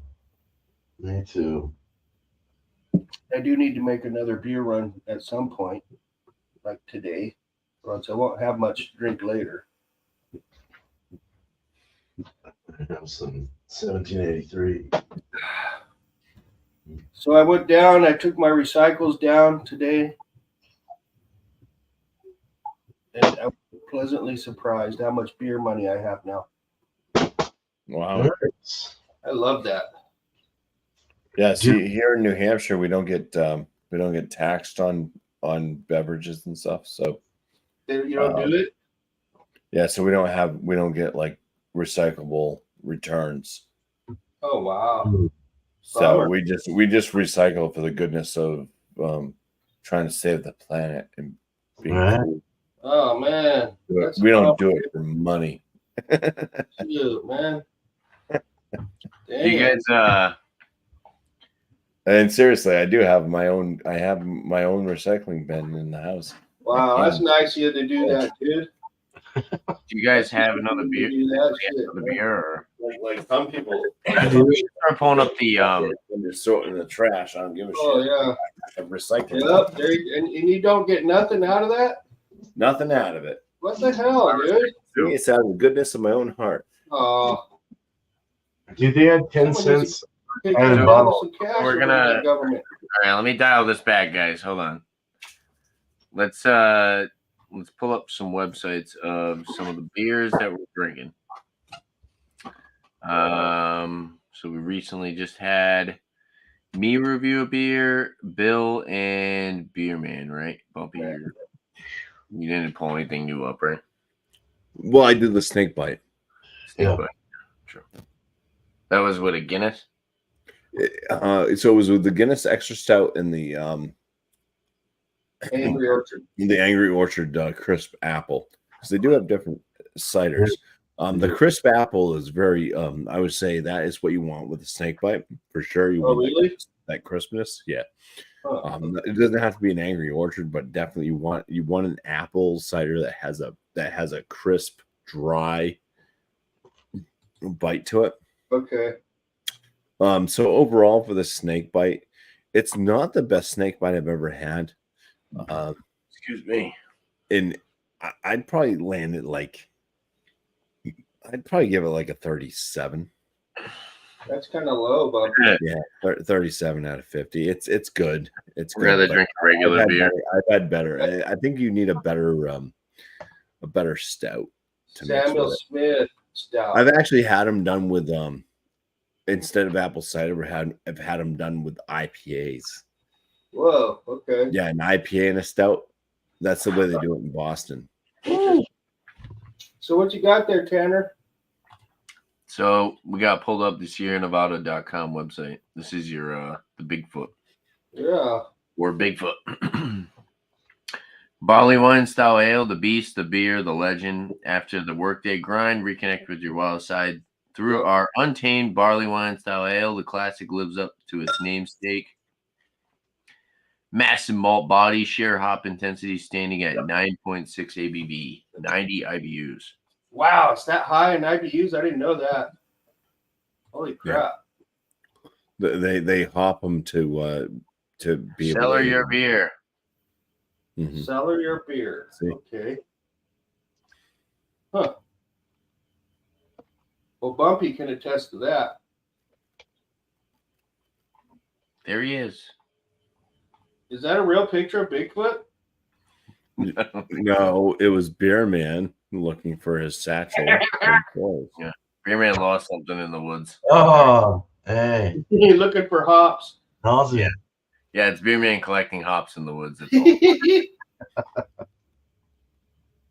cool. Hey, that's a good balance, though. 90 IBUs cool. for 6. That's bitching, man. Look at that. Even Bigfoot merch. How cool is that? Oh, here you go. Here's all the real info. There you go. It's okay. Cascade Centennial Chinook. Is that good? 318 calories. Sheesh. Ooh, that's a meal. That's three lagers in one. Holy crap. My damn neighbor's tweaking again. But here's the thing about beers like that is those 3 lagers should be able to slam like within like an hour and a half. The Bigfoot, you can probably drink that. It's going to take you like at least an hour to drink it down. No. So if you had 2, oh yeah, you can savor those. Bill's almost done. There's so much bite on them. Bill's almost done. Well, look at Bill. God damn it. My belly proves it. Bill is a Sasquatch. He's a bald. He's a bald squatch. Beer hound. He's a bat squatch. I'm a beer receptacle. All right. What's so we're gonna look up. That's got great hops in that thing. Hell We're yeah. gonna look up Barewolf. Hold on, guys. Yeah. Turbo. Trying to stay somewhat on topic. Well, that was a neat little showcase of my beer. Thank you. Yeah. 318 calories. I know, right? Barewolf Brewing. This is their food menu, though. That was a good call, though. Optimum, dude. I forgot about that. How good that one was. Is that where your sour is from, Barewolf? Oh, so Barewolf, you can yeah. I've had a couple Barewolf beers. I've only had their IPAs though. Their IPA and their double IPA. They weren't too bad. If you go back early on my videos, back when I first started my channel, you'd see a couple of beer reviews that I did on them. They're close to Tanner, beer man. Was that Chatio? I'll be right back, Deej. I gotta go leave.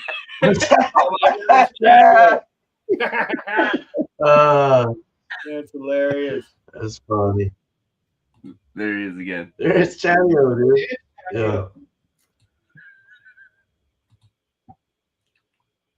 That's cool.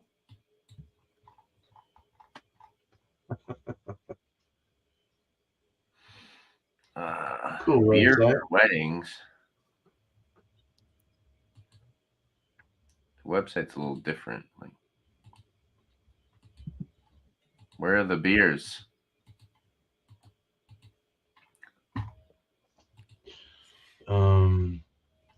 Bottles and can pours, I guess. Yeah, but this is it. This is all the website is. Yeah. That's dumb. They don't have a good what are those people called? The people that do the propaganda shit. No, if we did a brewery review, we were probably giving their website a bad score. Remember we used to do that? Yeah, you need to have a good publisher or whatever. Yeah. Remember we used to review the beer websites? Yeah.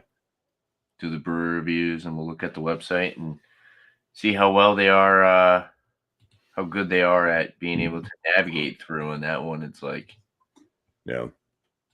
But you can't always judge a brewery by its website. True, but still, I mean, I would like to look at. Like there's some breweries that don't have a website at all because they're True. But I would like to look at like what they have as far as a variety. Like you can't even look up their catalog. You know what I mean? Yeah. If you have a brewery and it's open, you should be able to have a website for people to look up the beer and Yeah, I mean, if a brewery wants to get real and find some information grow on it. and stuff like that, then they should be thinking about social media. Definitely. That's what a website comes down to, is social media. Yeah. I got one. I might go buy my beers this evening from. They're probably a smaller company, though. Who knows? Oh, Maybe they're definitely a small company. What do they call that? A nano? Is that a nano brewery? Bear. Yeah, I'm Nano gonna is go there, I think, tonight and grab some beer. Nano is like the smallest. Right. Nano is the smallest, I think, legit, like where you're selling beer brewery.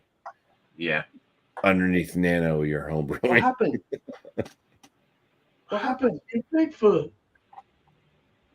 Time for Look another them up, one. Tanner. What's up? Look them up. Salty beer. Yep. Maybe I can. I'm supposed to go there. I've been directed to go there. Who told you to go there? You summon the Sammy. This is a Shark Man idea. Oh, Shark did? All right. Yep. So it's gonna be good. Nice. Yeah. I'm trying What's to that find one that I brought up to you, man? What's the one that I said? Have you been there? I forgot. I I didn't look at can't my remember, dude. phone. But that Bigfoot went down easy. Super easy. Let's see. Oh, and this was for Bill. That was the dinner tonight. Oh my God, dude, that looks so good. I like the beer you got there too, man. Is that shrimp? That's steak, dude. Yeah, so that's so it's a surf and turf. So that's Flaming Yawn. Oh God, that looks good. God, dang. Bumpy, do you need a roommate, dude? And I'm some seeing a broccoli. face in your greenery, though. With the Nurquell. Yeah, with a Pilsner your call. I'm seeing a face in your greenage, though. Try to get it in there so you can see the pink. There you go. Oh, there we go. Oh, That looks yum, yeah, dude. as it darkens up as they get closer. You got that charred like that on the Blackstone? Yeah. Open flame, man. That's awesome. Unsung Brewery. That's it, Bill. Oh, Unsung. That's right. Let me write that down here. I got to write this stuff down because my brain won't remember. All right, guys. Well, I gotta go grab my next glass. I think we're gonna do the double IPA next. So, cheers, everyone. Cheers.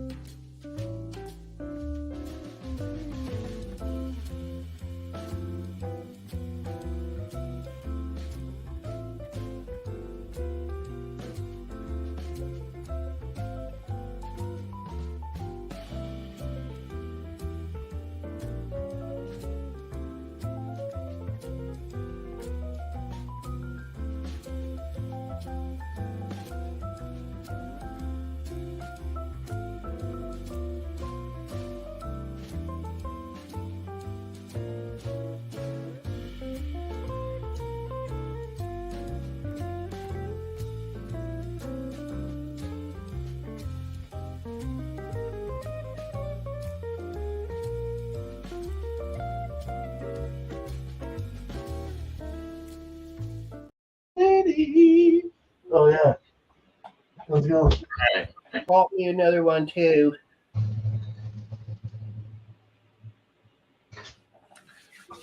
All right. So we're back. So I have another beer to review. Yeah. So I have from Hot Butcher for the World. Oh my I have god. their Blazed Green Relish. Making me jealous. Me too. Citrus, Sabro, and Strata. Maybe a little coconut in there. Maybe a little Show coconut. off. 8% alcohol by volume.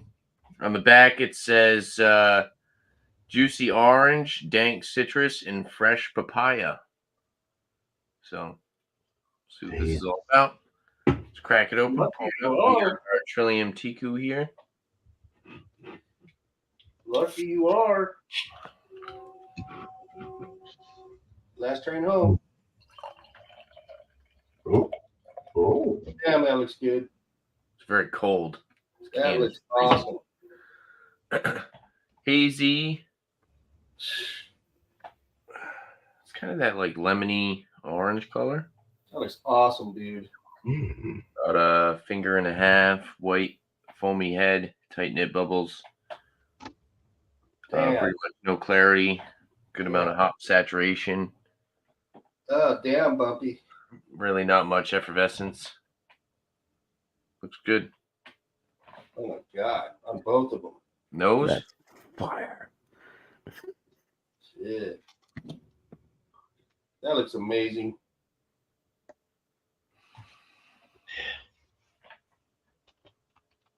Yeah, you definitely get that pineapple coconut. Oh my god, Bumpy. Holy crap. That's what I'm talking about. Pineapple coconut, but then there's also a little bit of that like grapefruit, citrusy, floral.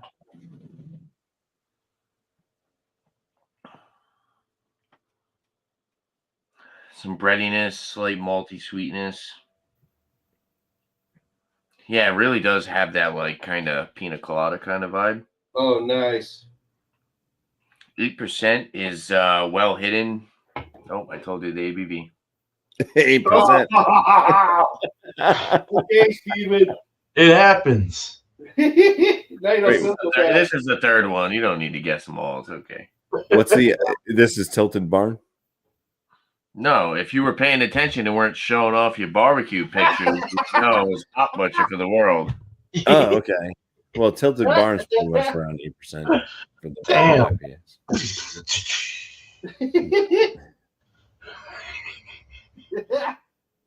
Smells really good.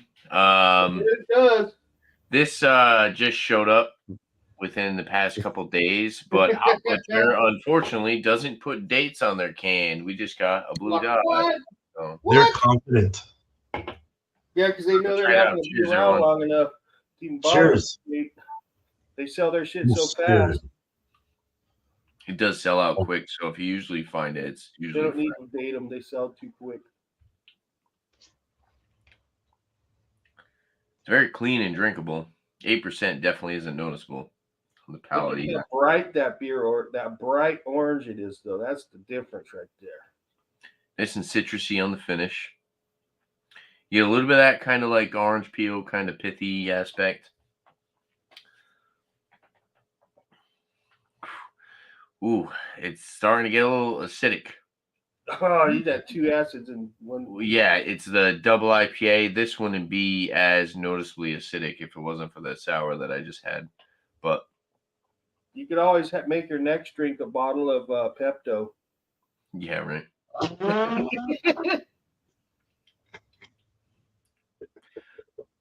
Do a review of Pepto Bismol. Now, there's really not much of like the coconut as far as the palate. Like it's kind of there. I get a little bit of that coconut. It is kind of noticeable. Usually Sabro is like, if you see Sabro, it usually has a little bit of coconut in it. It's a touch of that coconut. It's more pineapple. It's more pineapple peach. It's very clean. It's about medium bodied. It's definitely not as super thick as you would think for 8%. It's a little bit more on the crushable, drinkable side.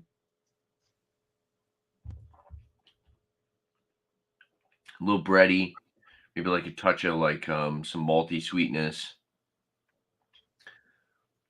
slight hop resin. Noticing a little bit more of the hop resin now after sipping on it a little bit longer. Slight drying, astringency. Overall, it's pretty good. It's just kind of laid back. It's very subdued. It's more of like one of those, like I've said before, it's more of those like mouthfeel New England IPAs. Like you get 8%, super crushable, drinkable, 8%. But the flavor is definitely a little subdued. It's not as prominent. It's not as strong as some of these other like gloopy gloppy New England hazy IPAs. Like Treehouse. Yeah, but I mean, it depends. I would still say that this is probably pretty fresh. But yeah, if you were expecting this to be like a super juice bomb, like pina colada juice bomb, you might be a little disappointed. It's for sure more of just like a completely crushable 8% double IPA. So Wow, that's dangerous at 8%. yeah, Incredible. glazed green relish. Tastes nothing like relish, huh? No, the names are kind of funny. Okay. Sweet Relish. I know Strata usually has kind of like a berry-like flavor, right? I don't know. Strata has a strawberry-ish like berry quality to it. Yep. Hey, yeah, it's kind of got like a like berry, coconut, pineapple flavor profile, but it's very light. It's like a light fruitiness. It's like berry, like I said, berry, pineapple, coconut. Pretty good though. Where'd that go?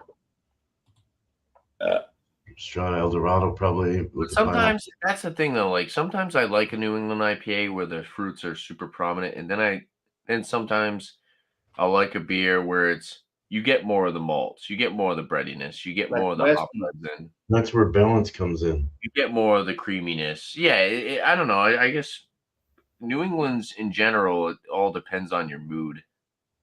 Or how resined out your tongue is. Yeah, you can get drowned out by a lot of them. Yeah, you know what I mean? You go to like a brewery and you get like the draft pours after your third one. If you go straight IPAs all night, yeah, your third one, you're like, oh yeah, I'm like wicked. Switch it up to a stout. And then you grab something like darker. I need a dark rich flavor. Or you grab a Miller High Life and it tastes like the best beer you ever had. Yeah. Right? Yeah, it does wreck your palate a little bit. You gotta, if you're gonna switch to another style, or you know what I mean, like go to another. You can't taste one IPA doesn't taste the same as the other IPA, and so your palate's like fucking totally wrecked. Yeah. So you have to like break it down by going to like a more breadier beer, like a porter, an amber, a stout, something like that. Or you can cleanse your palate with a light beer like a Miller. Or a light beer, yeah. Less hoppy, yeah. Yeah. That's pretty yum. I do like that Miller High Life's really good. I couldn't believe the score you gave that thing. I was surprised, dude. I was scoring on it really on is. What it was. Yeah. It's a good like freaking macro, dude. Like there is something to be said about it. Really, it's not all hype. I mean, it is decent, you know. In fact, I'm gonna trade this one. I'm gonna take this one back and grab one of those. I'll be right back. Oh, nice. What did you have there? This is the North Coast. North Coast. It was an old 38 stout. Oh, cool. I haven't had North Coast in a while. It's actually pretty good, but my palate's a little wrecked from that Bigfoot, so I think I'm gonna do Miller. There you go. Nice. Yeah. Oh, Tanner, how you doing? Just hanging out. I'm gonna pull up the Hot Butcher website in a couple seconds here. Oh, there you go. All right. So I'll do another beer while you do that. How about that? Sure. Okay. Cool. We'll pull you up. Can't remember where they're from. Do you remember, Steven? Milwaukee or something, or no? Miller's from. Wait, Yeah. Miller's from. No, Coors is from Golden, Colorado. Anything else you know about them? No, nothing else. All right. So here we have a very obscure beer that nobody knows about. Miller High Life. And Steven looks like he's getting ready to add something to that. Yeah, Milwaukee, Wisconsin. Milwaukee, Wisconsin. Thank you, sir. So what we have here is a lager. Not sure if anybody's ever heard these guys before until now. And I know a guy named Tanner. He has the raddest clock in the universe of this beer. Right there, you just looked at it. So this beer here actually has a cult following. And if you don't like this beer, they're coming after you. Probably. Let's see what we got here. You can pick up my grandmother loves the Miller Genuine Draft is her favorite. That's the second runner-up compared to the I like Highland. MGD too. Yeah, That is a good beer too. She loves MGD, but she normally drinks Miller High Life. Actually, but her favorite is MGD. oh really? Yeah, but because Miller High Life's cheaper though. Miller High Life's way cheaper. Yeah, but it's like A and B really. I mean, they're both awesome, really. And I don't know how in the hell they kept it so consistent over the years like that. MGD's kind of expensive for a even like a 6-pack. They're kind of expensive. They're like $7 to $8. MGD. The Miller High Life's way cheaper than that. Oh yeah, I can get a 12-pack of this for like $8. Mm-hmm. A 12-pack, jeez. Yeah, it's cheap. And the story is, when I was younger, like 9 years old, my dad was a Hell's Angel biker, right? And all his biker buddies, and my dad included, would only drink Miller High Life, period. If you drank something else, you're out, okay? The only exception was Budweiser. That was it, okay? Budweiser and Miller High Life. That was it. So, of course, Dad had his 32-ounce bottle of Miller High Life in the fridge at all times. And guess what his 9-year-old son would do? If Dad wasn't looking or he's passed out, I was in there hitting on that puppy. So, he caught me one day. He goes, I thought my beer was disappearing. You know what? You're a beer hound. Ah, and that's the name. That's where I got the name from. That's a good origin story there, Bill. And that's where it came from, Miller High Life. Okay, it's. I'm serious. I'm not kidding you. This beer, Budweiser, and probably Pabst Blue Ribbon have like serious cult followings. Okay, this is the number one though. This is the number one. And look at it. It's beautiful beer. Good product, and it's affordable. It is. It really is a great beer for what you pay for it. Okay, this would give Hams a run for the money. Okay, and Hams is a good beer. I don't want to sound like Homeboy, whatever his name was, but Hams really was a good beer. Is a good beer. So it smells sweet on the nose, and it's crystal clear. I mean, crystal clear. My night light just went on. Hang on a second. Hang on. Let me fix my settings. Can't see. Hang on. Everything went dark on me here, so. Oh, no. Now you're in the dark web. See that? There. What? You were in the dark web. Oh, I'm going to sneeze. Hang on. Oh, wait. False alarm. Spider-Man. No, I'm good. All right. So it's crystal clear, light gold. Has a nice little sweetness to it. I'm not sure if it's barley, corn, or maybe both. I don't know. I'm not a brewer. I'm a drinker. It's got a nice sweetness to the aroma. Okay. And a little bit of like apple. And a little bit of that kind of beery kind of funk, kind of beery. I'm going to take a hit. Cheers, fellers. Cheers. Cheesers. Cheers. It's got a little bitterness in there. Tangy. A little tangy.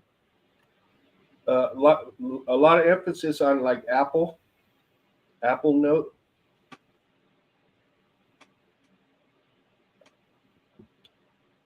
Yeah, little breadiness coming through.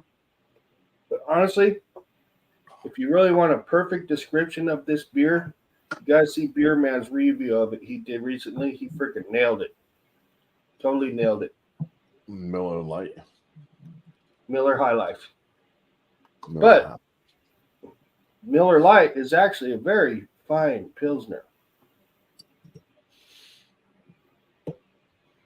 One of my favorites. It is. That's all my mom would drink is Miller Lite. That's all she'd drink. So this tastes good. I mean, it's refreshing, crisp. Oh boy, there he goes. Chug, chug, chug. And it's flattening my palate out very nicely. I can see how people would like MGD as good as this, though. I really do. I think MGD has a little less of that kind of tanginess, that little less of the apple. But this is very tasty for what you pay for. Look at the lacing on the glass. It's really good.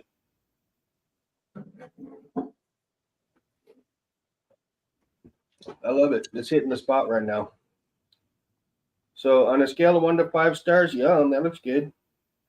On a scale of 1 to 5 stars, I think it's an amazing macro beer, and I would just straight give it like 4 stars. It's better than a lot of IPAs. That's my story. I'm going to stick with that. Thank you, ladies and gentlemen. Have a good night.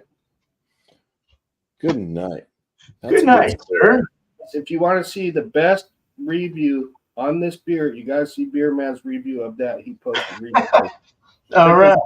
Spot on, dude. Spot on review. Cool. Thank you, Bill. I was really happy and proud that you did that. You did the cult justice. That's it. That's it. Heck yeah. Well, cheers, Bill. Nice, bro. Cheers, man.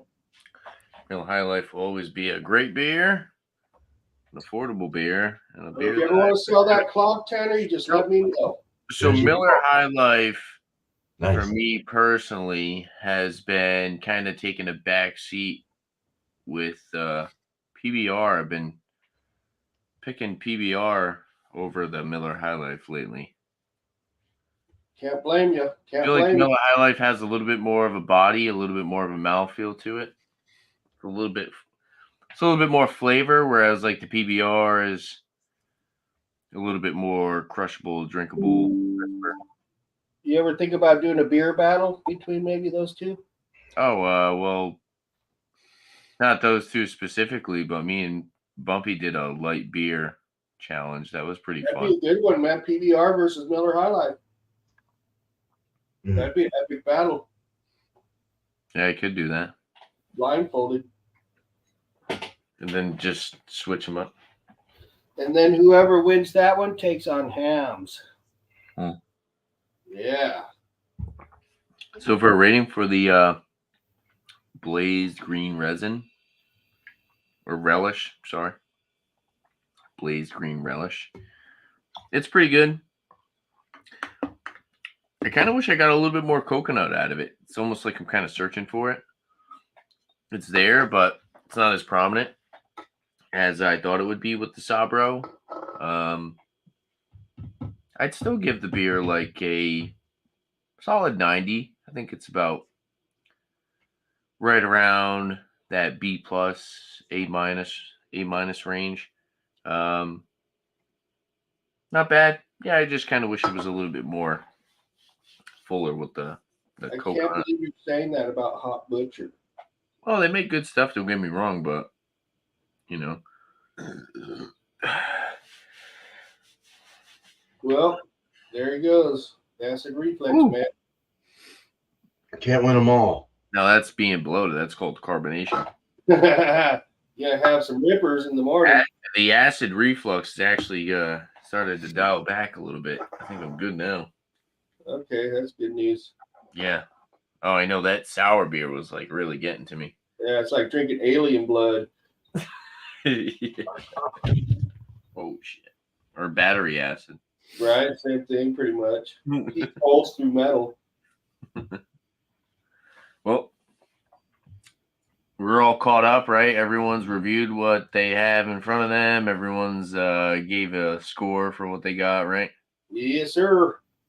So, I have one more beer, but I'm gonna sit and sip on this Hot Butcher beer. I'll pull up the Hot Butcher website. Handle it.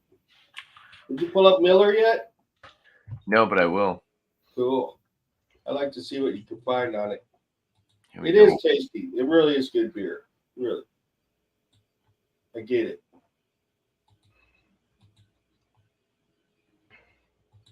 And sorry to the chat. I know I haven't really been paying attention as much. What's up, Sammy? Well, the peeps. Hey, Sam's. Man, I always love Hot Butcher's like labels. They look so cool. Yeah, right. Yeah. Yeah, I like them. Really cool labels, man. It's like artwork, like fully artwork. Mm-hmm. Mm-hmm. Yeah. Last canned February 6, 2024. So this is pretty fresh. Yep. So this is less than a month old, 23 days old. Perfect. You're a little bit on the spoiled side, I'd say, Tanner. I know where to go. You got hooked up. Dude. January 30th. I can get a 4-pack of that for $20. That's deal. Last canned January 30th.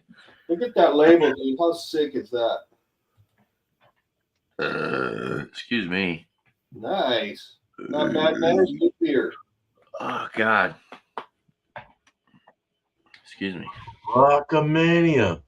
Handle it. Those labels are freaking bad, dude. Megabyte. New Fallen. I like that. That's a really cool label, huh? That looks bad, yep. House on like a cloud. That's sick. Trees freeze. Krista and some guy are the names. Milk Stachio. Yeah. I reviewed one of those on Eric's wild card one day. Oh. Craniac. That's I bad. think it's awesome how Steven like comes up with his labels because it makes it a little easier. Having to like come up with that shit off the top of your head though. I mean, look at these guys. They just literally look chicken parm. Like they literally just. Those labels are sick though. Look at those. They just call it whatever they want. Yep. They definitely have a certain style to them though. Where's the big? Big secret. I've had that one right there in the barrel, that one barrel one above that green moss. I did have one of their beers before, but it was old. The Fat Bear. Beef dipped. Nice. Fucking thing is dipped in That's something. funny. That's funny. There's Tanner's right there. No, this is different. Citra and Sabro. Oh, wow. Mine's Citra Sabro Strata. Okay. So it's a little series.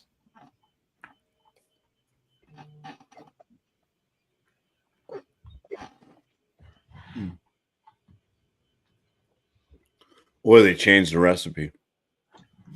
Oh, Or they neglected to put it out there, because you'll find that too. Sometimes it says different hops on the can than what the website says. No, what do you mean? It said neon green, and the the other one was blazed green. Blazed and neon. Oh, okay. This one was neon. This one was blazed. This one is citrus strata. That one's citrus sabro. Unreal. Can't believe it. Unbelievable. Unbelievable.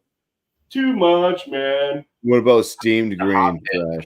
Do they have steamed green? I got color greens. Joe from the Beer gave me one of the hop dips before. I think he gave you one of those too, Bumpy. Remember? Yeah, the diving into the kiddie dip. pool. Yeah, the hop dip. Yeah. Simcoe, Rawaka, Mosaic, and Nelson. Yeah, I've liked everything. I've only had like 3 beers from Hop Butcher, but I've liked them all. We don't get them here, unfortunately. They seem to have reasonable prices on like other half. It's not all hype then, huh? the prices are a lot better. Although that Rawaka Mania, that could become a thing. There could be a cease and desist like battle between them and Kettlehead, because Kettlehead has some WrestleMania stuff too. They have Hulkamania and they have Rawaka Mania. Oh man, they probably did a collab already. They're not going to do that to each other. Better not. Oh, you are you saying they're not like Stone? I think they both make money and they don't care enough to try to. Because they're both so separated, Chicago and New Hampshire. The corporation. No, I think they're both. I don't know. That's the thing with big macro breweries, like they like that, like the thing you said with Stone. It's like they almost feel like everyone's a competition, whereas like there's the smaller craft breweries. They just like try to share the. Yeah, they put out the like Sure. Stone. Well, they always put out that kind of like thing, like, try to oh do yeah, we're 4 other breweries, smaller breweries starting up and trying to become trying to help out the craft brewery scene, But then as soon as somebody comes up with like a name that's similar to something they have, they automatically like sue them. Oh shit! Because they're the larger. They're the larger. Yeah. So I always hated Stone, anyways. Like I liked them when they first came out, but like most of their beers, like I couldn't appeal to. They're just like way too like they're super bitter. There wasn't a lot of good flavors to them. And then just listening to the CEO guy there, fucking Mr. Cock, talk. Oh shit! Ruined it for you. Yeah, he was just a piece of shit, and he was all there for theatrics. And he obviously didn't mean what he said, because 2 years after he said they would never sell out, they sold out. Oh, what a then he went to Germany and tried to start a brewery there. That was the thing. They try to push big IPAs in Germany. In Germany, it's not about that. They're not about that style. No, they don't. Yeah. How many IPAs do you see coming out of Germany? The German styles are more. Maybe 0.5% of the beers you might see are like an IPA. And definitely no adjuncts. Yeah, they're by the purity law. They stick to what they know. They don't really want to try all these weird, funky styles that we keep coming up with. They made a hell of a facility. But someone else took over, so they should have opened up to the homeless and let them live there. Yeah, right. Free beer for the homeless. Liquid bread. Well, yes. On a positive note, because we keep getting sidetracked and talking about random nonsense. Yeah. So for my beer, I think for a number, did I give a number? I don't think I did. Did I? You loved it. For this Blaze Green Relish. I said 90. No, I did. I said 90. Yeah. I'm going to give it a 90. Like I said, I wish the coconut was a little bit more prominent.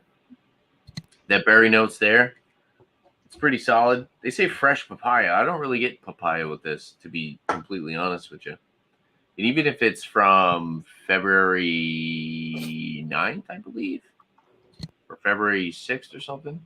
Well, I mean, like, how often do you go into 20, grocery 23 store? days. So 20 something days old. In it's not green. It's a pretty dang good beer. 8%, very crushable, drinkable. It looks beautiful in the glass.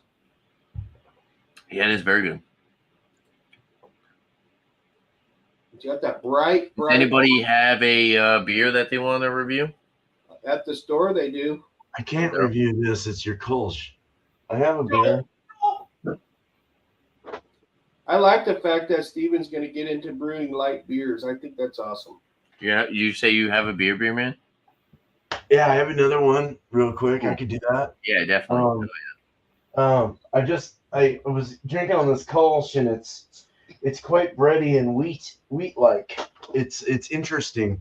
It's very bready and crackery pilsner. It's interesting. So that's that right there. Sounds it's good though. Cleared up really nice though. It's cleared up really nice. This one is the Fresh Haze IPA from Deschutes. I'm not going to tell you an ABV, but it's got 45 IBUs. Oh yeah, I remember that one. Yeah, that's good. So it's more their hazier, juice forward one. Yeah. Let's go ahead and pour it up. Whoa, that got aggressive. I'm getting buzzed. Feels good. So does that. Nice hazy. West Coast kind of style haze for days. Not a New England look, but definitely a juice bomb. Poured a 2-finger, off-white head, a little bit soapy on the head there, on the side, real rocky on the nose.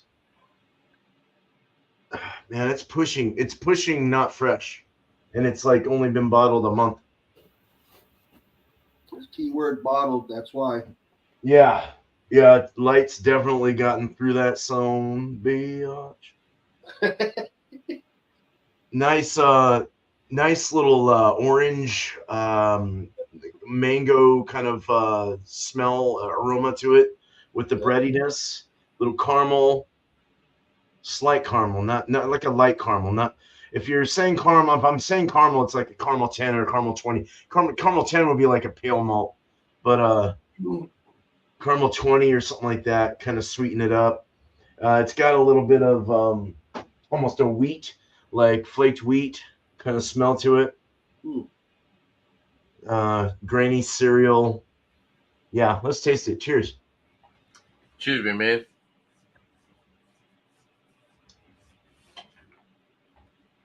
Yeah, it's got good balance for what it is. It's more of a citrus forward kind of orange lemon blend of citrus. A little bready in there as well, like the nose. Little candy coming out, little slight candy orange, candy tangerine or something like that. Medium light body, and mouthfeel is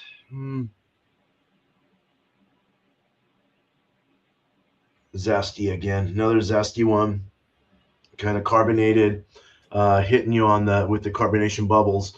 Not bad. No alcohol though whatsoever. It's going down quite nice. Very easy to drink. That candy's coming through. Candied tangerine, candied nectarine. There's some nectarine coming through. A little bit of stone fruit. It's pushing the old though. It's pushing the old, and I don't know why. That sucked. Well, I know why. Like Bill said, bottle really doesn't help. I wish they'd go to cans. They do go to cans actually. They did go. They have canned 12 packs and stuff like that. But for a grocery, I'd rather get Sierra Nevada 12 packs or something like that. Been going real well for me. This one's terrible in that sense. I would give this probably like an 80 out of 100 or something like that. Yeah. 78. Choke it down, brother. Yeah. So, cheers. It's a choker. Cheers. Yeah. It's all right. What ABV do you think it is? Ooh. Shit. 6.3. I say Nice. 6.3. 6.3. 45 IBUs. What do you guys think, man? Bobby? Earth calling Bumpy. Come in, Bumpy. I'll hide it. There's that. It's their hazy. What do you want from me? It's their hazy. It's their hazy. What do you think ABV Beer Man's beer is? What the ABV of Beer Man's beer? Yes, sir. Have you had this, Bumpy? No, we don't get to shoots. You don't get the shits? Yeah. Sometimes. damn. Oh, get the shoots. Sometimes. Depends if I eat too much barbecue. Oh, I'm gonna guess 7.8%. that's big. All right. Does it say it's an Imperial? It's not an Imperial. Okay. It's not Imperial, but It's not Imperial. no. But it could be. 6.6. 6.6. 6.6.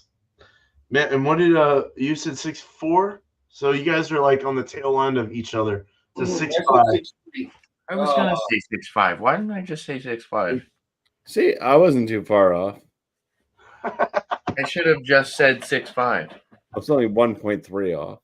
I know. But yeah, that's it. It's the shoots, man.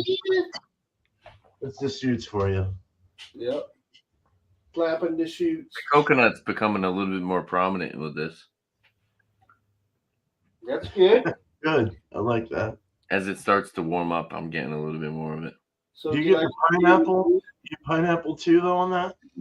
I got Yellowstone. It says Oh my like God. pineapple, coconut, strawberry. Oh. How does whiskey react to a keyboard? Not very good. It dries shuts off. up. It shuts down. Well, it lit up my keyboard when I dropped some whiskey in it. Oh, shit. Oh. Excuse me. That's not good. Better put it upside down. Just let it dehydrate or It's all right. evaporate. It's Yellowstone, so it's gonna be like a cowboy. Gonna get all gummed up on you. Sorry, I was listening to Dio's like 900 Marco Polos. Oh, I don't even get what's there anymore. I was on there. I wasn't really. 40,000 Marco Polos I gotta look at. What the hell? Well, I got one more beer, and I still got half this beer in front of me. So I'm all out. Good night. But I could probably go get some and be back before you're done with your beer. Well, actually, I wanted to go to that Salty Bear place. Damn. Yeah. What time is it right now? Kind of like, sorry. it's only 9. Well, it's 9:15. Shit, it's only 6 here. Yeah. We've been live for a good amount of time. 2 hours, 15 minutes. Been cool. Well, I gotta say, I like your Kolsch better than this beer. Oh, shit. That's Can't it. wait. But there is some breadiness that's weird. It's kind of like a, I don't know. I can't Mark. figure it out. There you go, beer man. I got the shits every day. Nice. Cheers, Mark. Cheers, man. I need to make a beer run. Go for it, bro. Yeah. So if you guys are still on, I'll jump back on. Well, we might be off air, but we'll still be here. Okay. Well, if there's anybody on live I just later, got one more beer to review, and then we're probably gonna cut it after that. But yeah, we'll be here for a while. should I just leave my shit on and just put Yeah, it on? you can stay. Yeah, that's I'll fine. just I put don't it care. on Kermie for a while. I'll be back. Yeah, you're good, dude. Thanks, dude. I'll put you in the basement if I have to. All right, then. Cheers, Bill. Yeah, this beer is pretty good. I do like it. Nice little session so far. Irish red ale, sour IPA. Kind of an interesting combination. The sour ale was a little excuse me. Sour ale was a little acidic to have before a double New England IPA. Yeah, it's a little too much. I know you guys know what I'm saying too.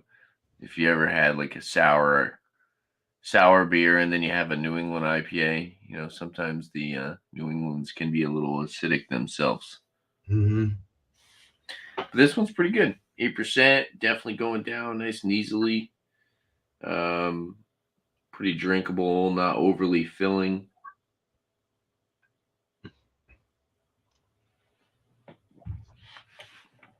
How's everything over there, beer man?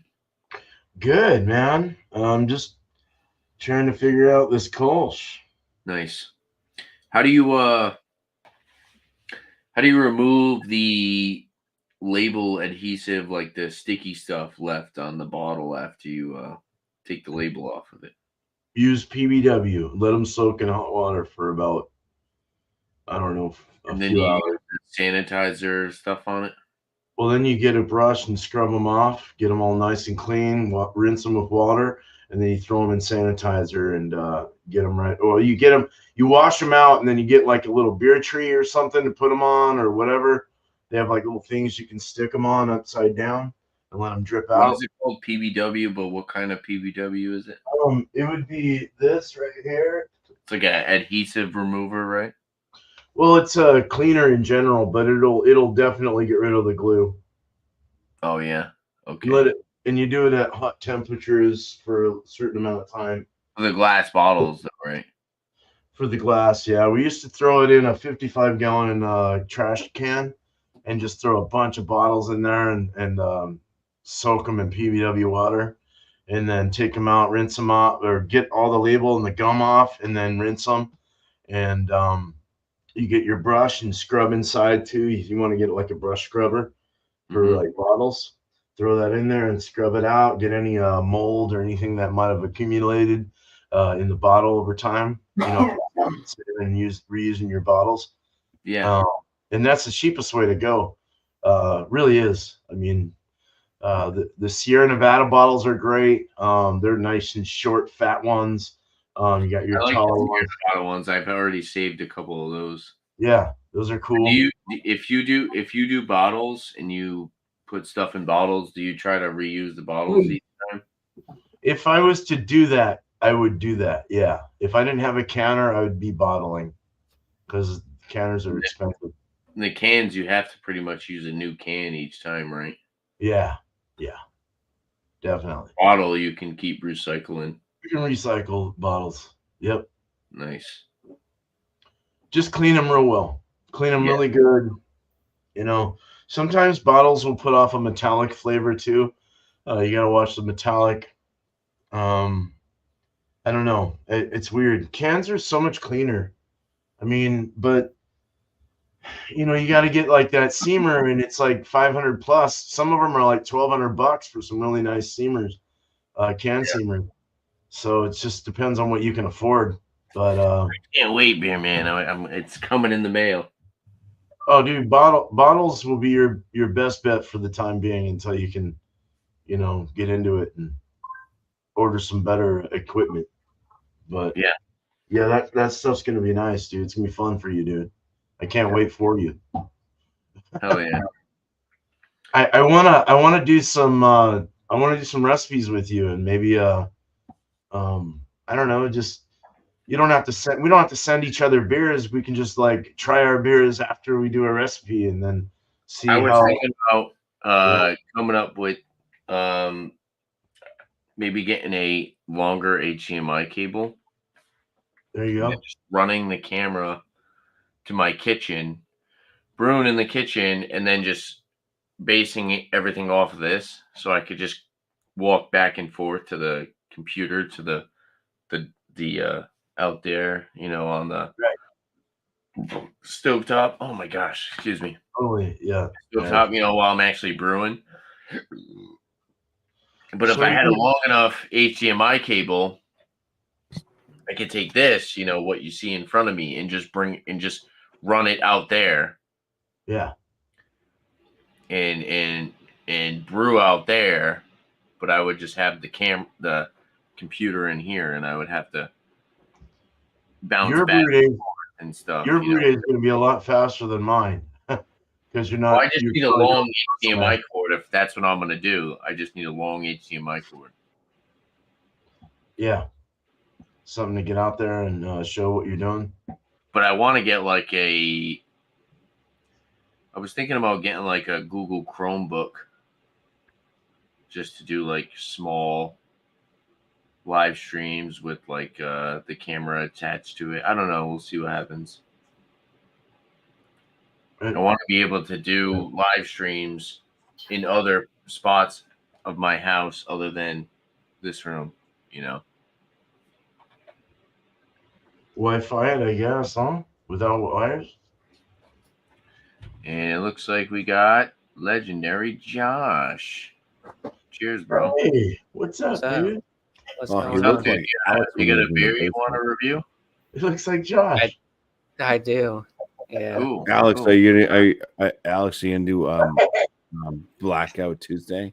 Alex. Hell yeah.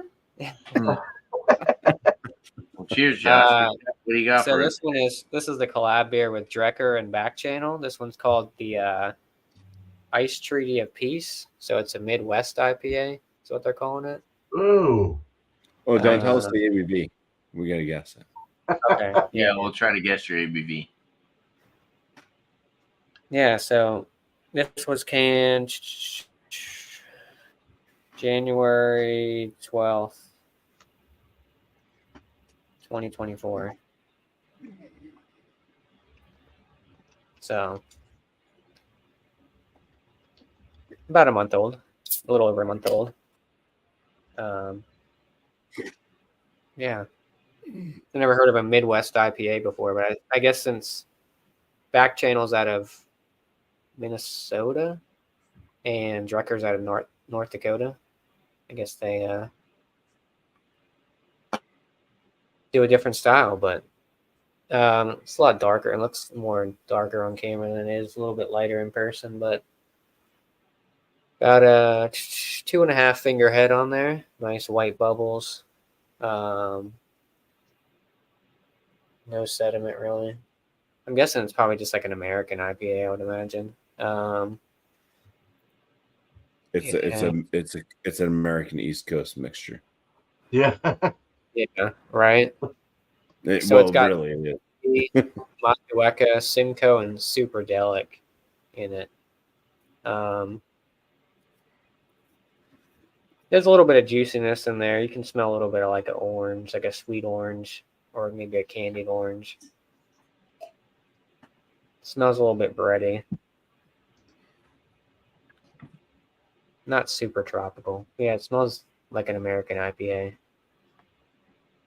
Or what's that one that Lagunitas did? The East meets West kind of thing. Mhm. There's a little bit of earthiness to it. Not overly sweet. Not too much going on in the aroma. It is kind of bland in the aroma. But yeah, not too bad. So let's dive into it. Cheers. Nice. Cheers, bro. Cheers. Cheers.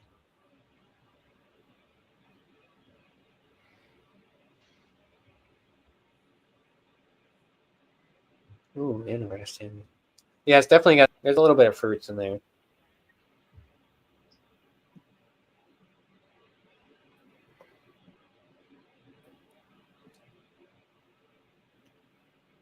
It finishes kind of an American West Coast IPA, if that makes any sense. Like an American IPA. Yeah, it's like an East meets West. Yeah, East meets West kind of thing. Like Right. up front, it kind of tastes more like an IPA. Then the back end is like a West Coast IPA finish. Like it's definitely hoppy.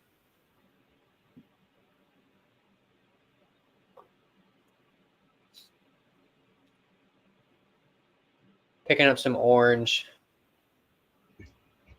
That's pretty much the dominant flavor. There's really no like tropical fruits.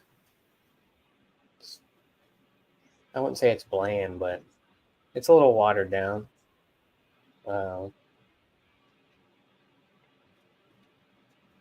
Yeah, mouth feels a little bit thin.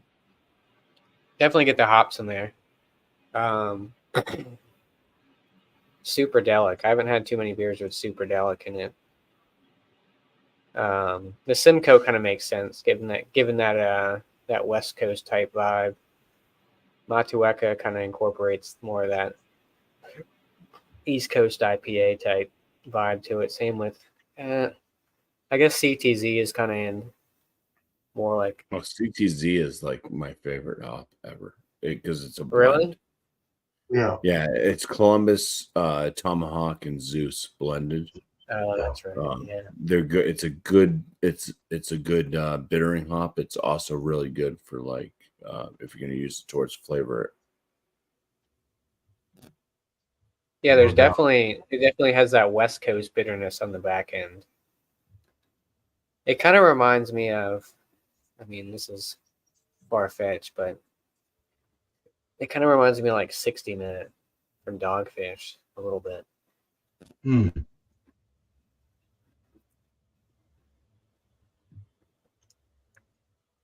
I'm not sure why they called it, like I said, I guess because the two breweries are in the Midwest, hence why they call it a Midwest IPA, I guess. But just like I think Beer Man, didn't you have like a beer in like Arizona that was like a Southwest or something IPA? Southwest, yeah. Or Southeast. Added some cactus fruit in there, stuff like that. Yeah, that was interesting. Yeah, Midwest. I don't know. Maybe it's the hops they get from that area. Midwest IPAs have been around for years. Have they? I don't see too many of them though. Maybe I just don't. Yeah, no, they have been. So you don't keep up with. It was Northeast Brewers. So you got what the fuck's his name?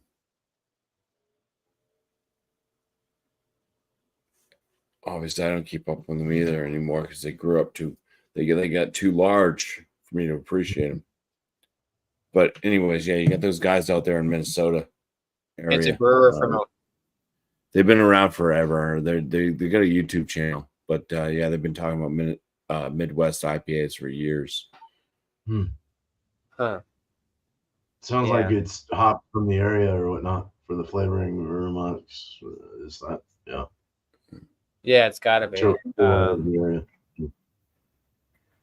Like I never had anything from Back Channel. Obviously, I have the bowl, but I've been trying to see if they can send me shit, but they always blow smoke up my ass. But Chip Walton.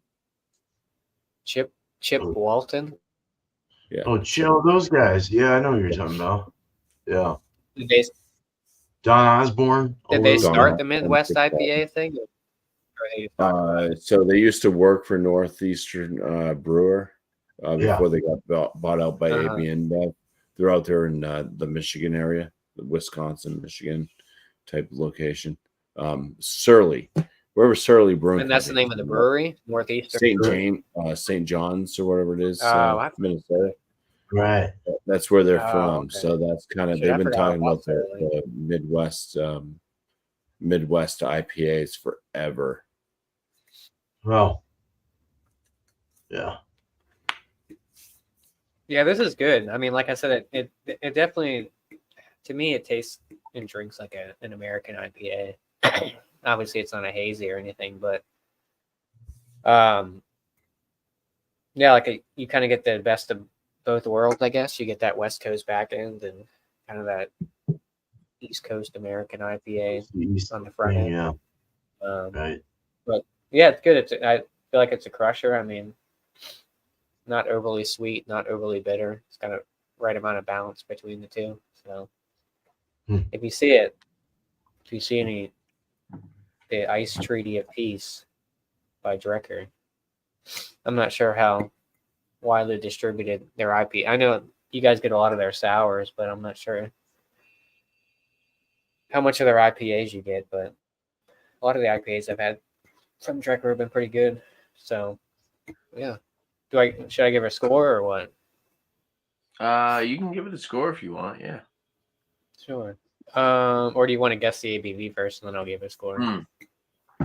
Yeah, we'll do I'm that. gonna guess that it is a 6.9. All right. 7.2. All I'll right. go 6.5. Somebody nailed it, and his name is Tanner. It's 6.5. Oh. But everyone was in the same range, you know, Yeah. 6.9, 6.5, 7%. Yeah. So We didn't out it and say it was like fucking 9%. is it barrel aged? 9 or 5. No, but it's good. Like I said, drinks like a. You know what? American IPA. Alex pulls those wild card moments sometimes, and he nails it. So I don't want to. I know. That's probably how I gave it away. Everyone was kind of in that range when I said American IPA, and they're like, "Oh, 6, 7." Because that's usually what most American IPAs are. I didn't really enjoy it. I don't know, 6.5, 7. I don't know. It's right in the slot there. Yeah. Yeah. Well, I was also thinking because we get Drecker over here, and a lot of their double IPAs are in that 7.8, 7.9 range. Yeah. Like you would think that, like in a colder climate, like their IPAs would be bigger, but they're not. It's weird. Mhm. Yeah. You think they'd be shooting closer to that 8.5 to 9% range for their doubles, but they don't. Right. I haven't had any. I don't know if they do a triple IPA. I don't think I've ever had a triple IPA by Drecker. I've never seen a Usually it's triple from Becker. double IPAs. I think I know that I had a lager by them was pretty good, or maybe it was a Pilsner. Their hazies are pretty good. I mean, I've had some good Yeah. ones. I think they did a ESB one time. I think I saw. Oh, one. wow. Jeez. Yeah. That's different. But I mean, when we started getting Drecker around here a couple years ago, I was all about them. I was buying every time we got them into bottle shop. I mean, they're mostly all the fruited sours when we first started getting them, and then we started getting the IPAs. But every drop, the bottle shop guy would be calling in and be like, "Oh, can I get chunk or brain squeeze or brains or?" Because they used to have a series before brains called Brain Squeeze, which wasn't. I feel like it wasn't as thick, but it was like a different type of style. It was still a fruited sour, but yeah, they don't do Brain Squeeze anymore. Chunk was my favorite though. Chunk had, they have more like the breadier Chunk. pie taste. Yeah. Just saw chunk, strawberries and cream, and then they had like a peach cherry beer that was like a weird sour from some, I don't know. It was something new by them I've never seen before. A new series or a new flavor or a new series? I don't know if it was just like a random beer or if it was a series, but it was like a cherry peach something. Huh. Yeah. I wanted to buy it, but at that store, all the Drecker beers, the guy ends up putting in the single cooler. So I'm like, I could. Oh my gosh, excuse me. I could spend $22 on a 4-pack, or I could just wait till this guy sticks them in the single cooler and try a single of it. That's usually what I do. Yeah. So, yeah, but it was a cool looking. It was like a zombie on the label. It was like cherry peach something. Yeah, you're looking on their website. Yeah, I'm gonna try to find it. How long ago was this that you saw it? Today. Oh shit. Yeah, I saw it today. Oh, it's probably one of the ones we got at my bottle shop. Let me see. Something new. Yeah, it was something new they just came out with for sure. Because we just got another Drecker drop the other day, a couple days ago. I'm on their website right now. I can't find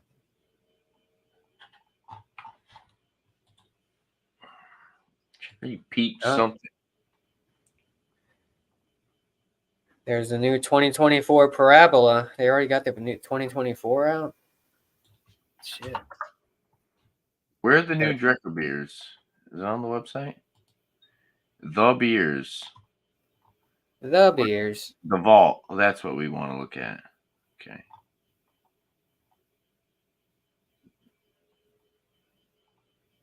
Trying to see if the label sticks out. It was like brand new. I haven't seen it. I've never seen it before. I'll probably just have to buy it. And then I'll be on someone's live stream like, this is the beer that I was talking about a couple days ago while I was completely stupid. I can get the Parabolita. I can get the Parabolita right now. I know that for a fact. Didn't they just release Parabola? Like the bottle shop I go to, they just got a shipment of Parabola 2024 in. Like I feel like they just haven't seen the actual Parabola. But oh, I think you had Parabola. I've had it before, yeah. Didn't you just review it not too long ago? Or you drank it not too long ago? I think I might have had it on live or something. That. Oh my gosh, I haven't been. Yeah. Cheers, Angie. That the Lita one though, the Parabolita, this like whatever it is. I don't know if yeah. And a monster, nice. God damn it, I got hiccups. Wish the weekend would hurry the fuck up. I feel you there, bro. He's working. I hate hiccups so much. What did you say the logo looked like? Or what was on the can? Do you remember? There's Plop. What did you say? What did you say the logo looked like? Or on the can art? I don't remember the can art, but it was like cherry peach something sour. Or something along those lines. They just released it. I'm looking on Google. I can't find it. Yeah, I don't know what it was. It was cherry something though. I'm trying to see on their Instagram. Maybe I'm wrong. Maybe it wasn't even cherry. Oh, the Instagram. Yeah, you'll probably be able to find it on that, huh? They did a pineapple whip chunk. No, there was two different beers. One was a chunk. It was strawberries and cream. And then one was this other weird beer that I haven't seen before.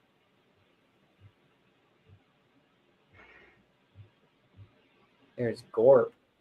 It's Gorp. I'm on their Instagram. I bet you any money I'll find it here soon. None of those. Keyboard Warrior. That's funny.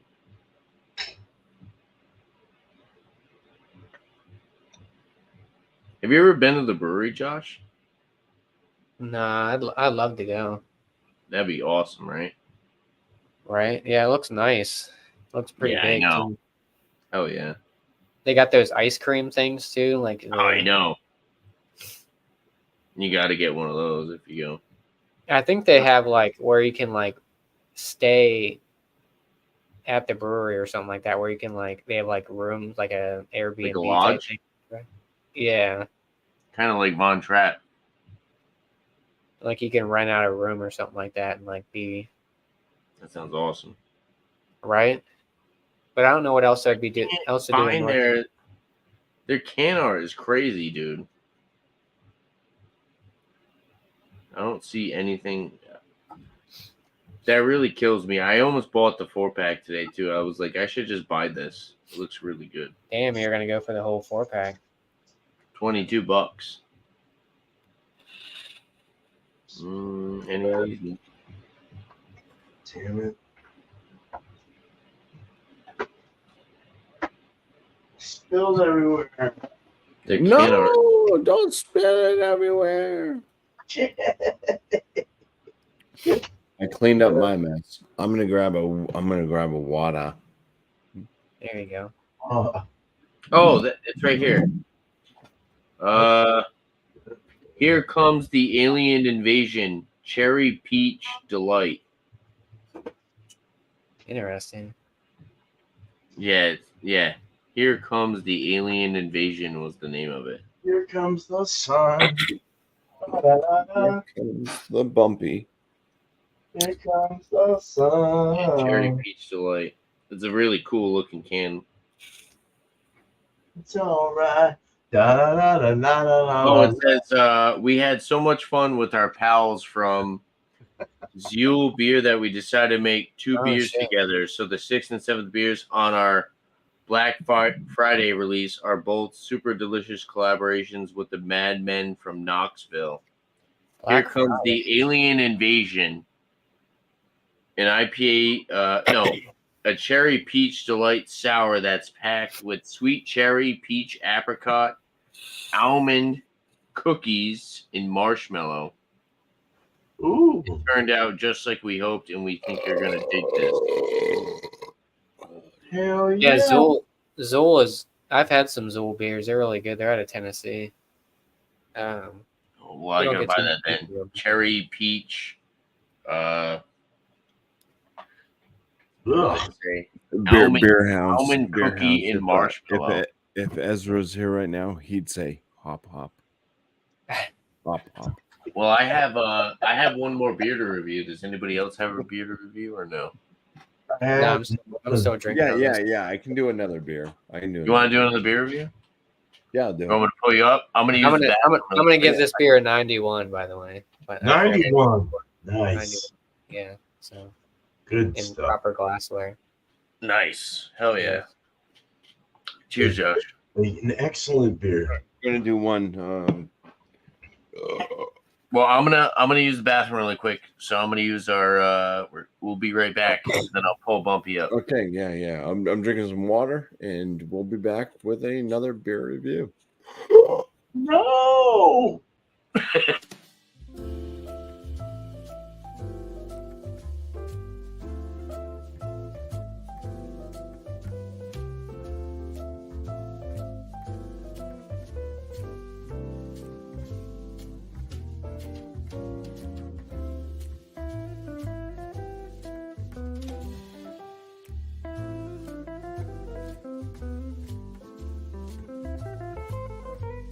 Bye.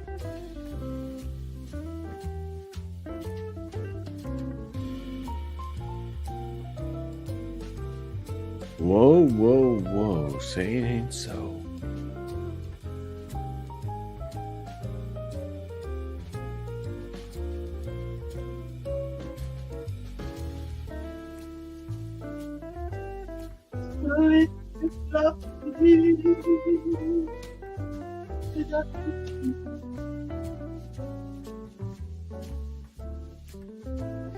All right. Well, we're gonna open and mic it for last beer. If he has anything he wants to say it now. Hey. Why are you guys talking? Welcome back to West Coast Beer Reviews. Why is everyone talking over the Makes you want to dance, dude. short break? Because we weren't on break. Nope. Hey, so we're gonna do a Live for another almost beer. 3 hours now. I've got this Canada Dry. Anybody want to guess the alcohol volume of this?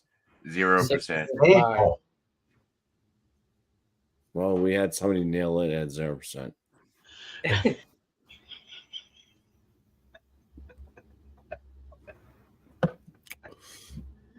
Out of New Hampshire, one of the longest running independent craft breweries from New Hampshire, still in operation, even though they sold out. They didn't sell out to AB InBev. They just said, we're not going to run this anymore. The people that were running it, they had their own other smaller craft brewery that they decided they just want to kind of do the mom and pop craft with the Portsmouth brewery, and they give up the larger one. And Smutty Nose. And I had their finest kind IPA. This has gone through numerous can changes. At one point, they only had one guy on here. So the finest kind used to be, it was the two guys, but they used to actually have the pictures of the two old guys just sitting On there the bottles. and Yeah, they had it on the enjoying. bottle. Yeah, they had them in bottles, but it was these two guys in their lawn chairs sitting there. It was actually their pictures. Now they're shadows. And now there's an RV that was never there before. At one point, they got rid of one of the guys, and it was just one of the guys sitting there. So I'm thinking one of the guys died, Oh, and so they took him off. Like now he's just alone. That was kind of like morbid for a while. Orbit. So Yeah. they've gone through different can art or bottle like art on this, and it's kind of like, what the hell, man? So I'm thinking that like one of these guys is dead, like from the original picture, and yeah. So the finest kind, I mean, the finest kind is the friends that you meet, throughout life, the ones that you kind of hang out with a lot. So you guys are the finest kind. All of you here on panel, and well, Sammy as well. He's the finest kind. Short and stout beer reviews. I'm not going to tell you the ABV, but this is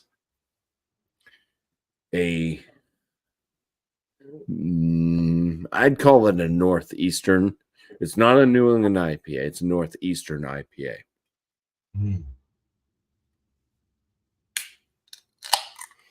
It's definitely not New England.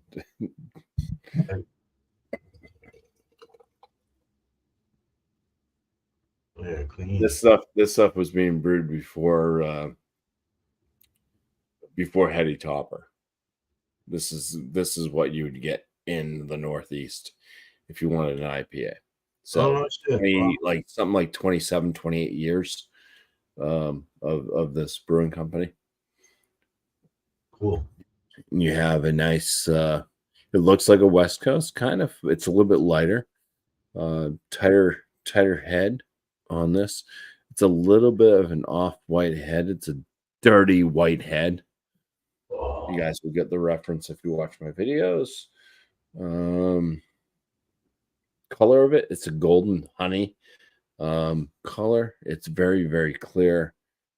And there is a bit of effervescence. It's not like super sparkly, but there's some carbonation kind of flowing up through the center. As you can see, my glass is it's totally destroyed. Like an acid trip. This is a spyglass, and it's just like, but all the spyglasses are melted, and yeah, dishwashers are not friendly to stuff on glasses.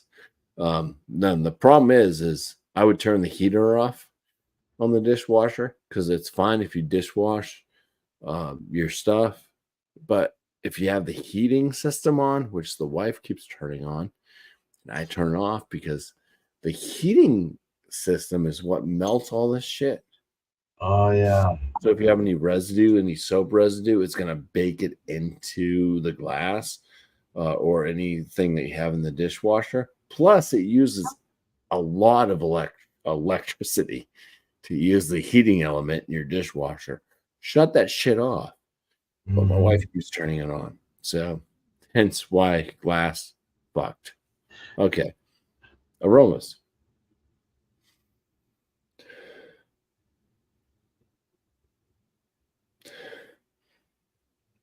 Yeah. You kind of get like a slight kind of grapefruit from afar. Let's get in close here. It's kind of like candied citrus and grapefruit.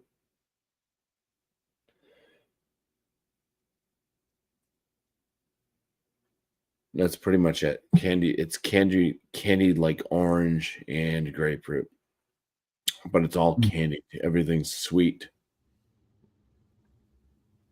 There may be a little bit of a like kind of a bread crust type aroma. And cheers. Cheers. Can't wait until we ask Tanner what the ABV is of this beer. Cheers.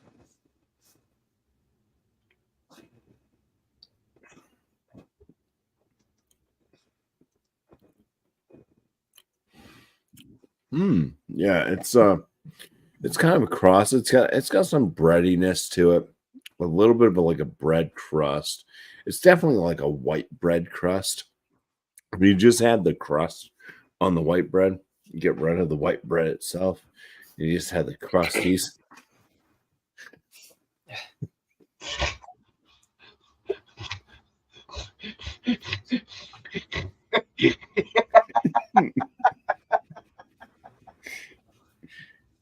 You just had the crusties of the white bread.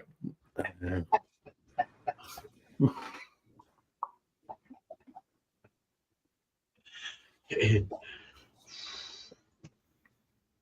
damn it. A little floral. There's a little floral flavor. Touch of like a ruby red grapefruit. Slight citrusy. It's more of like maybe a zest, like a citrus zest. Ruby red grapefruit, citrus zest, floral. It's mostly floral, which is a big indicator of an East Coast type brew.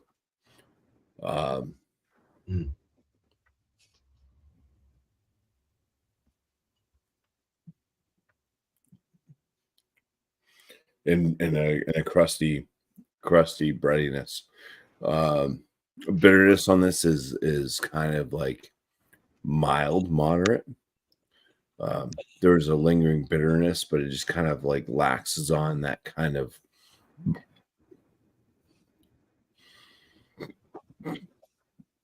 Oh, Jesus. It starts to kind of go earthy toned, but it does like it's that lingering like breadiness that kind of lingers to the finish. Let me I'm gonna go in again for the finish on this one.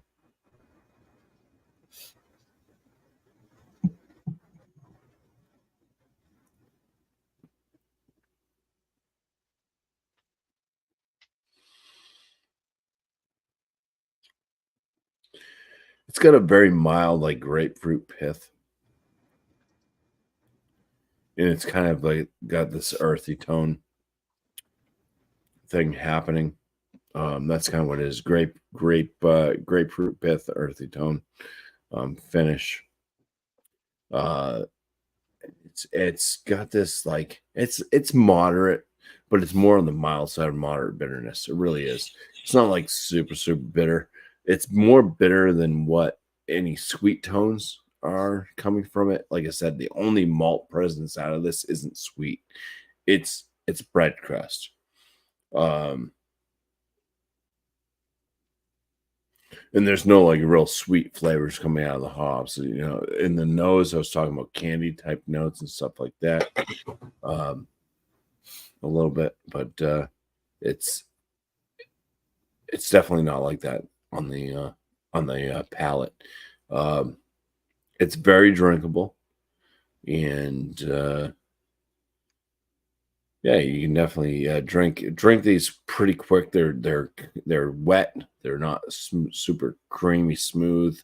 The body feel on them is kind of that like lower side of a medium body, and very drying to the palate. So it makes you want to go back and drink some more. It's got kind of a drying crispness to the drink here. Yeah. So that's that for the Finest Kind IPA, kind of a traditional East Coast IPA. If you guys want to try to guess the ABV, go for it. 6.2. 6.5. Oh, Finest Kind. 6.3. Bill? Are you around with us still? Bueller. Ah! Bueller. I don't think Bill's there. Well, I mean, Tanner would be the closest, I guess, at 6.5. It is 6.9% ABV. Oh, wow. Jeez. It's higher than I thought. Yeah, that's higher than I thought. That's why it's like a staple here in New Hampshire. If you got it, you get yourself some fresh finest kind of IPA. Mm. It's a lovely brew. I think the only one that could beat it would be another one from here in New Hampshire, which is a newer brewery, but the Great North IPA. This is what it's called, IPA, from Great North Brewing Company. That one's like 7.1% ABV, and they keep those pretty fresh. Yeah, that brewery didn't go through any ownership changes. They keep that one pretty fresh. You see some fresh packs constantly from them, and they're very. I don't think that they capture that kind of flowery aspect of like an East Coast IPA. I think it's more of a West Coast IPA with them on that one. It's a little bit more grapefruit and piney, but it's still like for the price and 7.1% ABV on that. That's a darn good beer just to purchase for your fridge. So cheers. Cool. Nice, dude. Nice. Cheers. Cheers, Bobby. Hell yeah. All right. So we're gonna use the Guinness glass. I don't really feel like washing it, so we're just gonna use this Guinness glass here. I'm just kidding. I'm gonna wash it. I'll be right back. Hold on. Cheers. No!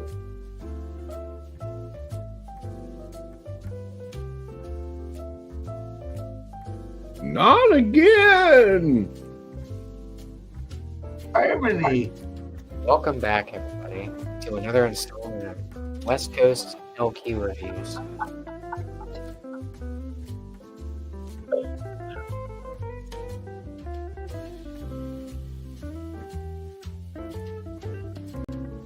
This is the late great Tommy Two Tones in the background.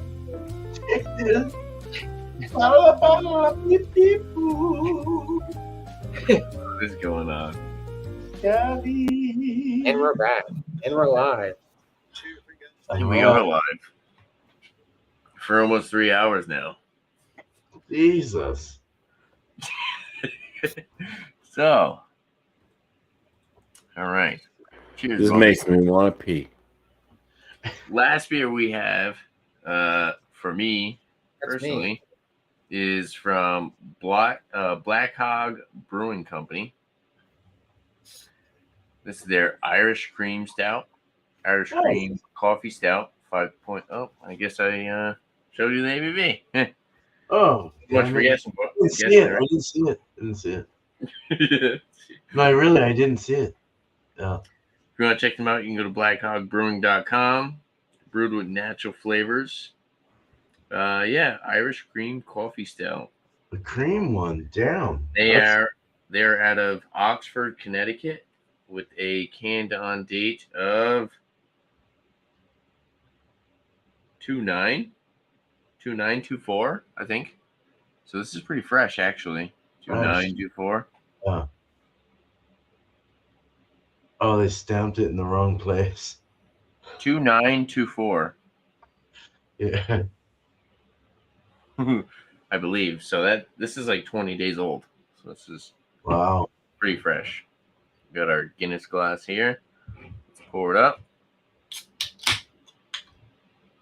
All right.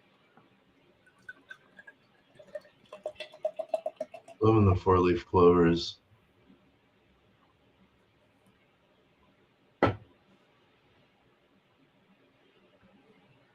Pours a pretty much pitch black in appearance. A little bit of that ruby tint at the bottom there. Brown head. We got about a 2 almost actually 3-finger head on top there. Looks pretty good. Nose. It's very chocolatey. Chocolatey, malty, like roasted coffee. A little bit of breadiness. 5.5%. ABV's well hidden. Yeah, it's straight up coffee. They say Irish cream. I mean, I'm getting a little bit of like a slight sweetness. I wouldn't necessarily call it cream or vanilla or anything of that aspect. It's more dark chocolate and coffee. A little bit of breadiness, a little bit of some touch of caramel malts, and maybe like dried fruit in there as well. But let's dive in, try it out. Cheers, guys. Cheers. Cheers, dude. Now the palate is much more coffee flavored. Yeah. You get a little bit more of that like vanilla cream like sweetness like you would get with like a coffee. It's actually very rich, decadent, and robust, roasty.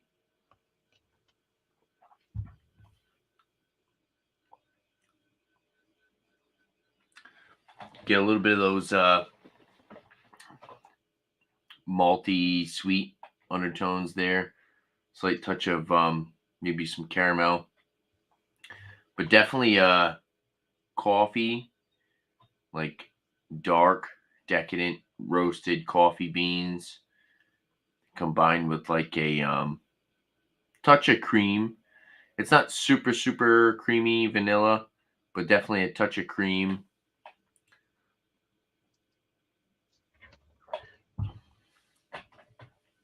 Finish is slightly dry, a little bit of bitterness there. But overall, it's actually a little bit more drinkable than you would expect.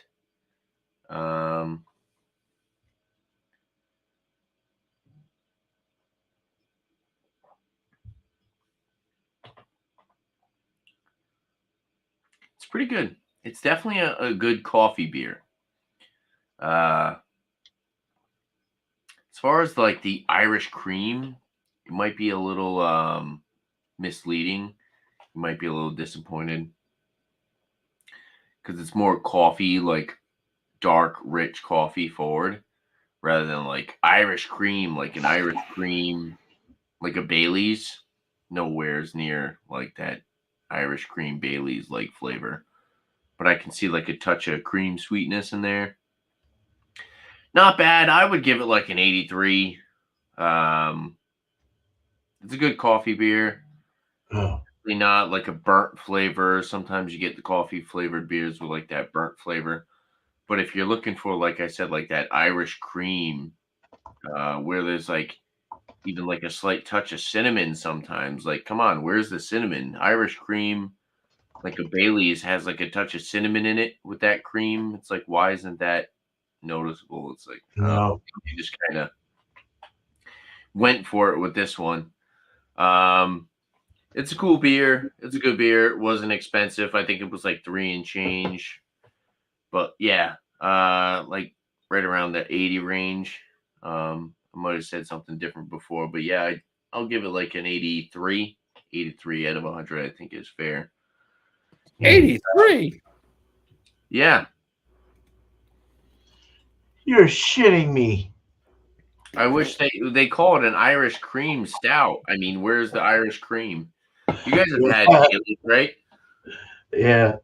No, I never had that. Oh, Bailey's? Yeah, I've had Bailey's. It's like that. It's like that cream flavor with a touch of cinnamon. Okay. It's like, where is that in this? But where is that in that? Yeah. You know what I'm saying? If they're gonna call it that, then have it in there. Yeah, it's like it's kind of like a it's just like a So I was thinking a cream ale. something they put on it to try to. It's a what's the word? Misleading. It's the word. Oh, means- kind of like the pizza review I have coming up tomorrow. Very misleading. Yeah, misleading, but there was also the other word, gimmicky. Gimmicky. Yeah, Kinda gimmicky. yeah. All right. Gimmicky and misleading. It's like they know St. They know that Patrick's it's Day's shit. coming But up. they're gonna sell it for higher. They know price. St. Patrick's Day's coming up, and they say Irish cream, St. Patrick's Day, Bailey's Irish Cream Stout. People are gonna be like, "Wow, that sounds good." Yeah. Where's that Irish cream flavor? It's like just tastes like a coffee stout. Your Boilermaker. Yeah, no, not Boilermaker. Actually, the Not Irish Boilermaker. Car Bomb cocktail. Yeah, Irish Car Bomb. Yeah, that's Which it. some people, I don't know what the non-offensive name for it is nowadays. Maybe just a car bomb cocktail, I guess. Where Yeah. it's like Irish cream, Irish whiskey, and a stout. Gone nuclear. But That's pretty yeah, they cool. say like Irish cream. You would think that they were gonna do like you said, like the Irish car bomb cocktail where they have like a little bit of the Baileys in it. You would think Right. that it would be kind of along the same lines as like kind of trying to taste like that. Definitely not. Very misleading if you were thinking about it in that aspect. But Yeah, definitely. I agree. not a bad beer. But not a bad beer. There's nothing offensive. I still like it. It's got a good coffee flavor. The coffee flavor isn't overly bitter or burnt like sometimes you could have an Irish stout. Right. It's drinkable. We're going on 3 hours here. So I was thinking, maybe we could just go around really quick, shout out our channel, shout out some people, try to go quick, and then we can wrap this up and we'll probably hang out off air here.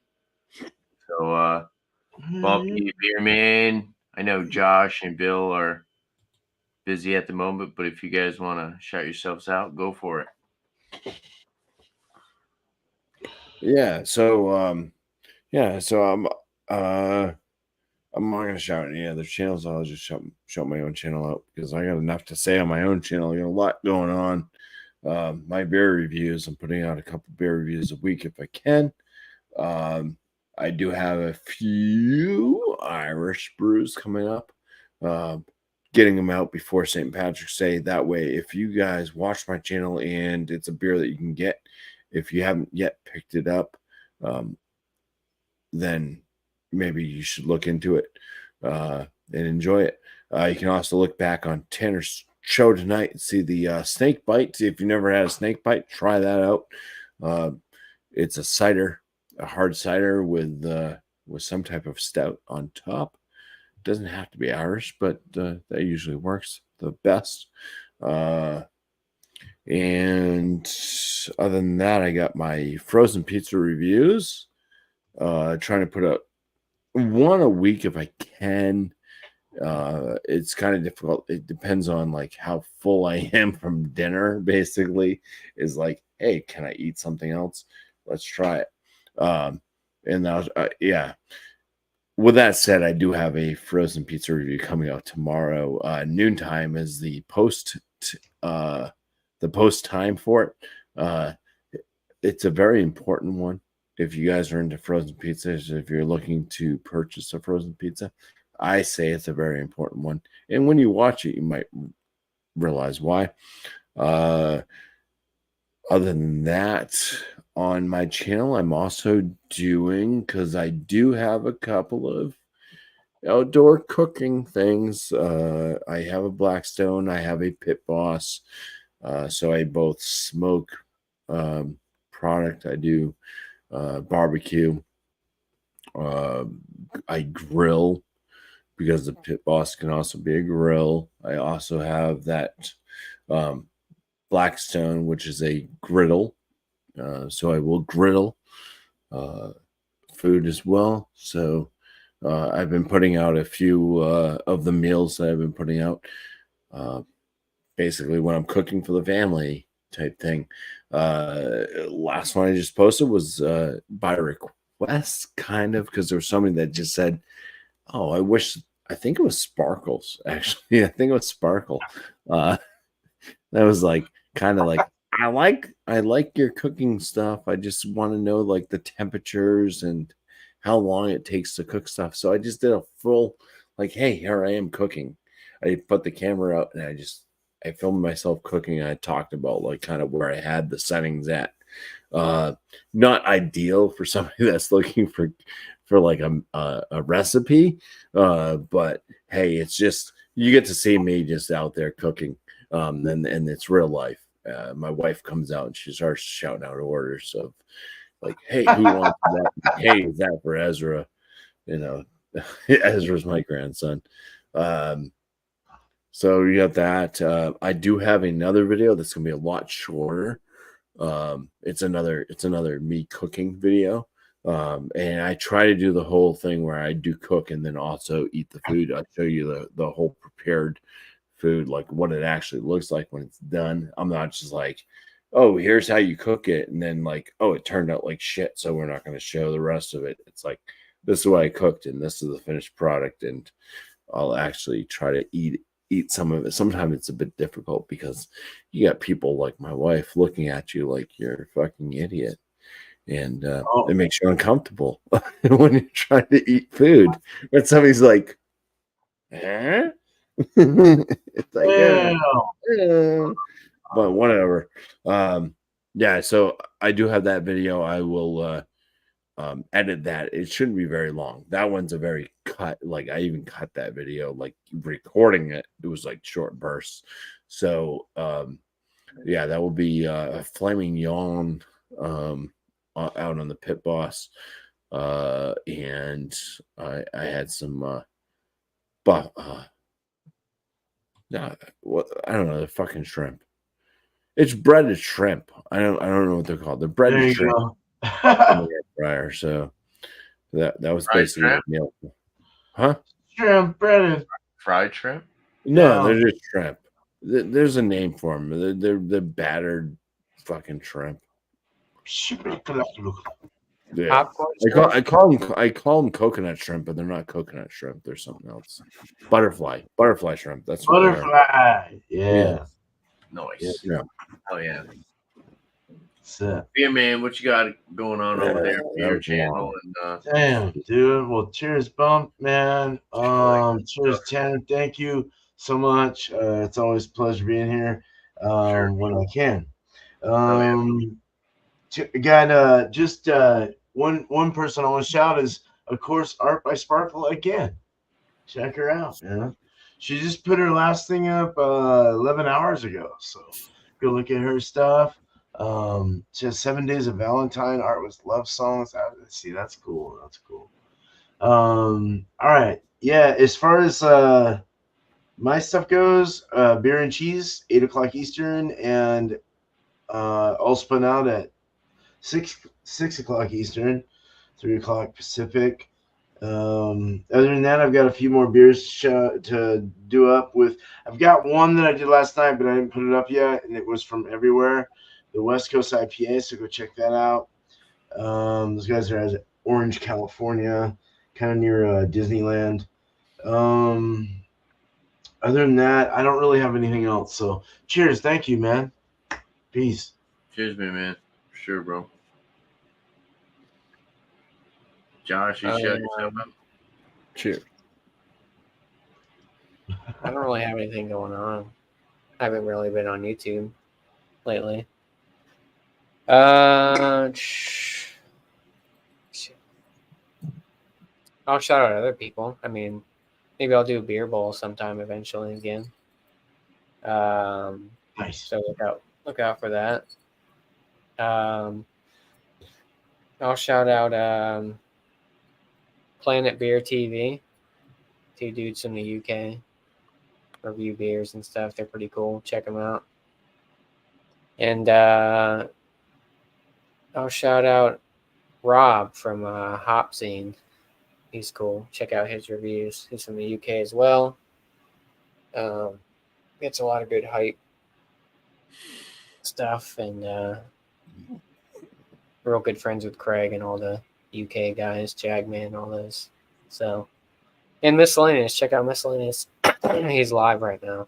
So, but as for me, I don't really have anything going on. Philly Crooker 87 is my Instagram. I haven't really posted anything in a while. Haven't really been in the beer store in a minute, or I just haven't posted beers that I've drank. And then last beer is my channel. So maybe check out Beer Bowl. Maybe this weekend. We'll see. So thanks for having me, Tanner. Cheers. Appreciate you all. Cheers, bro. Cheers. Of course. All right.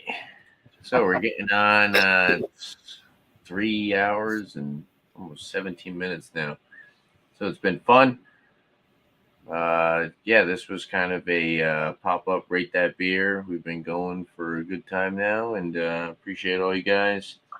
Yeah, this beer was all right. I mean, it could have been a little bit better. But yeah, happy St. Patrick's Day to everybody. We'll probably have another Rate That Beer before St. Patrick's. But wait, he's back. Bill's back. Bill's back. Oh, wait, he's back. Well, Bill, here, would you like to give yourself a shout out for your channel and possibly anybody else that you would like to shout out on YouTube? I do beer reviews. My name's Bill. Hi, nice to meet y'all. And I got this beer here from Salty Bear. Okay. That was referred to me from, I think, Sharkman. Unfortunately, they don't have cans, so I had to get Crowler. And this is a double hazy. So I'm going to get hammered because that's a big old can of beer. Okay. They got another one from Salty Bear. This is Is it just me or is Bill's like screen frozen on Miller? Yeah, he is. Your screen is black. for real. Yeah, you got a black screen. How about that? Nope. Still black. Can you hear me? Yeah, we can hear you. you. We just can't see you. Let me refresh. Oh. I thought he just had the lights turned off, and I was like, oh, is he playing a trick on us or something? It's not April Fool's yet. Oh, he's going again. Hold on, into the basement. Is that better? Nope, we You're can't see spinning. you. No. What the hell? That's weird. Turn your lights on, Bill. All the lights are on, dude. I All see the- myself. I see myself. Are the lights on in the basement?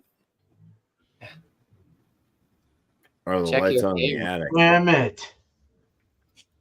It's all black. Really? That's weird. Oh, I see it. Yeah, that is bizarre. All right, well, unfortunately, guys, I want to wrap this up here shortly. So, like I said, it's been fun. We've been going for almost 3.5 hours now. So, cheers to everybody. Cheers to Bill. Make sure you check out Bill. Beer Am I there Hound. now? No, we still can't see you there, Bill. Oh, bummer. Well, dang it. It's all right. Check out Bill. Go check out his channel. Make sure you subscribe. Check out all these guys. Last Beer. Josh, check him out. Philly Crooker 87 on Instagram. Bumpy on YouTube, Bumpy Road Brews. Beerman on YouTube as Beerman. The good beer man, the cool beer man. He's not smelling a bunch of random shit. The good beer man. No, Yeah. I'm not selling anything. I'm just kidding. Because there's the beer man ASMR. Oh, yeah. Okay. Yeah. So if like you look up beer man, the beer man ASMR comes up. But you also have the Brewing beer man. Check out the Brewing beer man. Yeah. Yeah, it's been a lot of fun. I tried to have some more Irish themed beers. I think these would be pretty cool. You know, just to have maybe if somebody watches this back, who knows? Maybe down the line, you know, somebody might actually get this and be like, oh yeah, those beers I might try. But who knows? Look out for some more St. Patrick's Day stuff. I want to do some more St. Patrick's Day beer reviews on my channel. Brew kit. Just ordered a brew kit, so look out for that. Pretty excited for that. We're going to be brewing here shortly. Coming on 2024. Good friend of mine just dropped a link in the chat. Alex the Beer Master. Go check him out. After this, we'll be definitely done by 10:30. So make sure you guys all go check out Alex the Beer Master. Great beer reviewer, awesome guy, very easy to get along with. And also, let's see, somebody else. Check out, they're live right now, Rod J Beer Ventures and Imperfectly Me Crafts. So, cheers, everyone. And yeah, like I said, thank you to the chat. Thank you to the panel. Appreciate all you guys. We've been going for almost 3.5 hours. And yeah, I think we're going to wrap this up here now. And yeah, same thing as I see on my channel. Make sure to leave a comment down below. And don't forget to like and subscribe to my upcoming videos. Link a beer. Thanks for watching, everybody. Cheers, guys. Cheers. Bill fell in the black hole. Cheers. He'll be back on the off here. Cheers. Nice.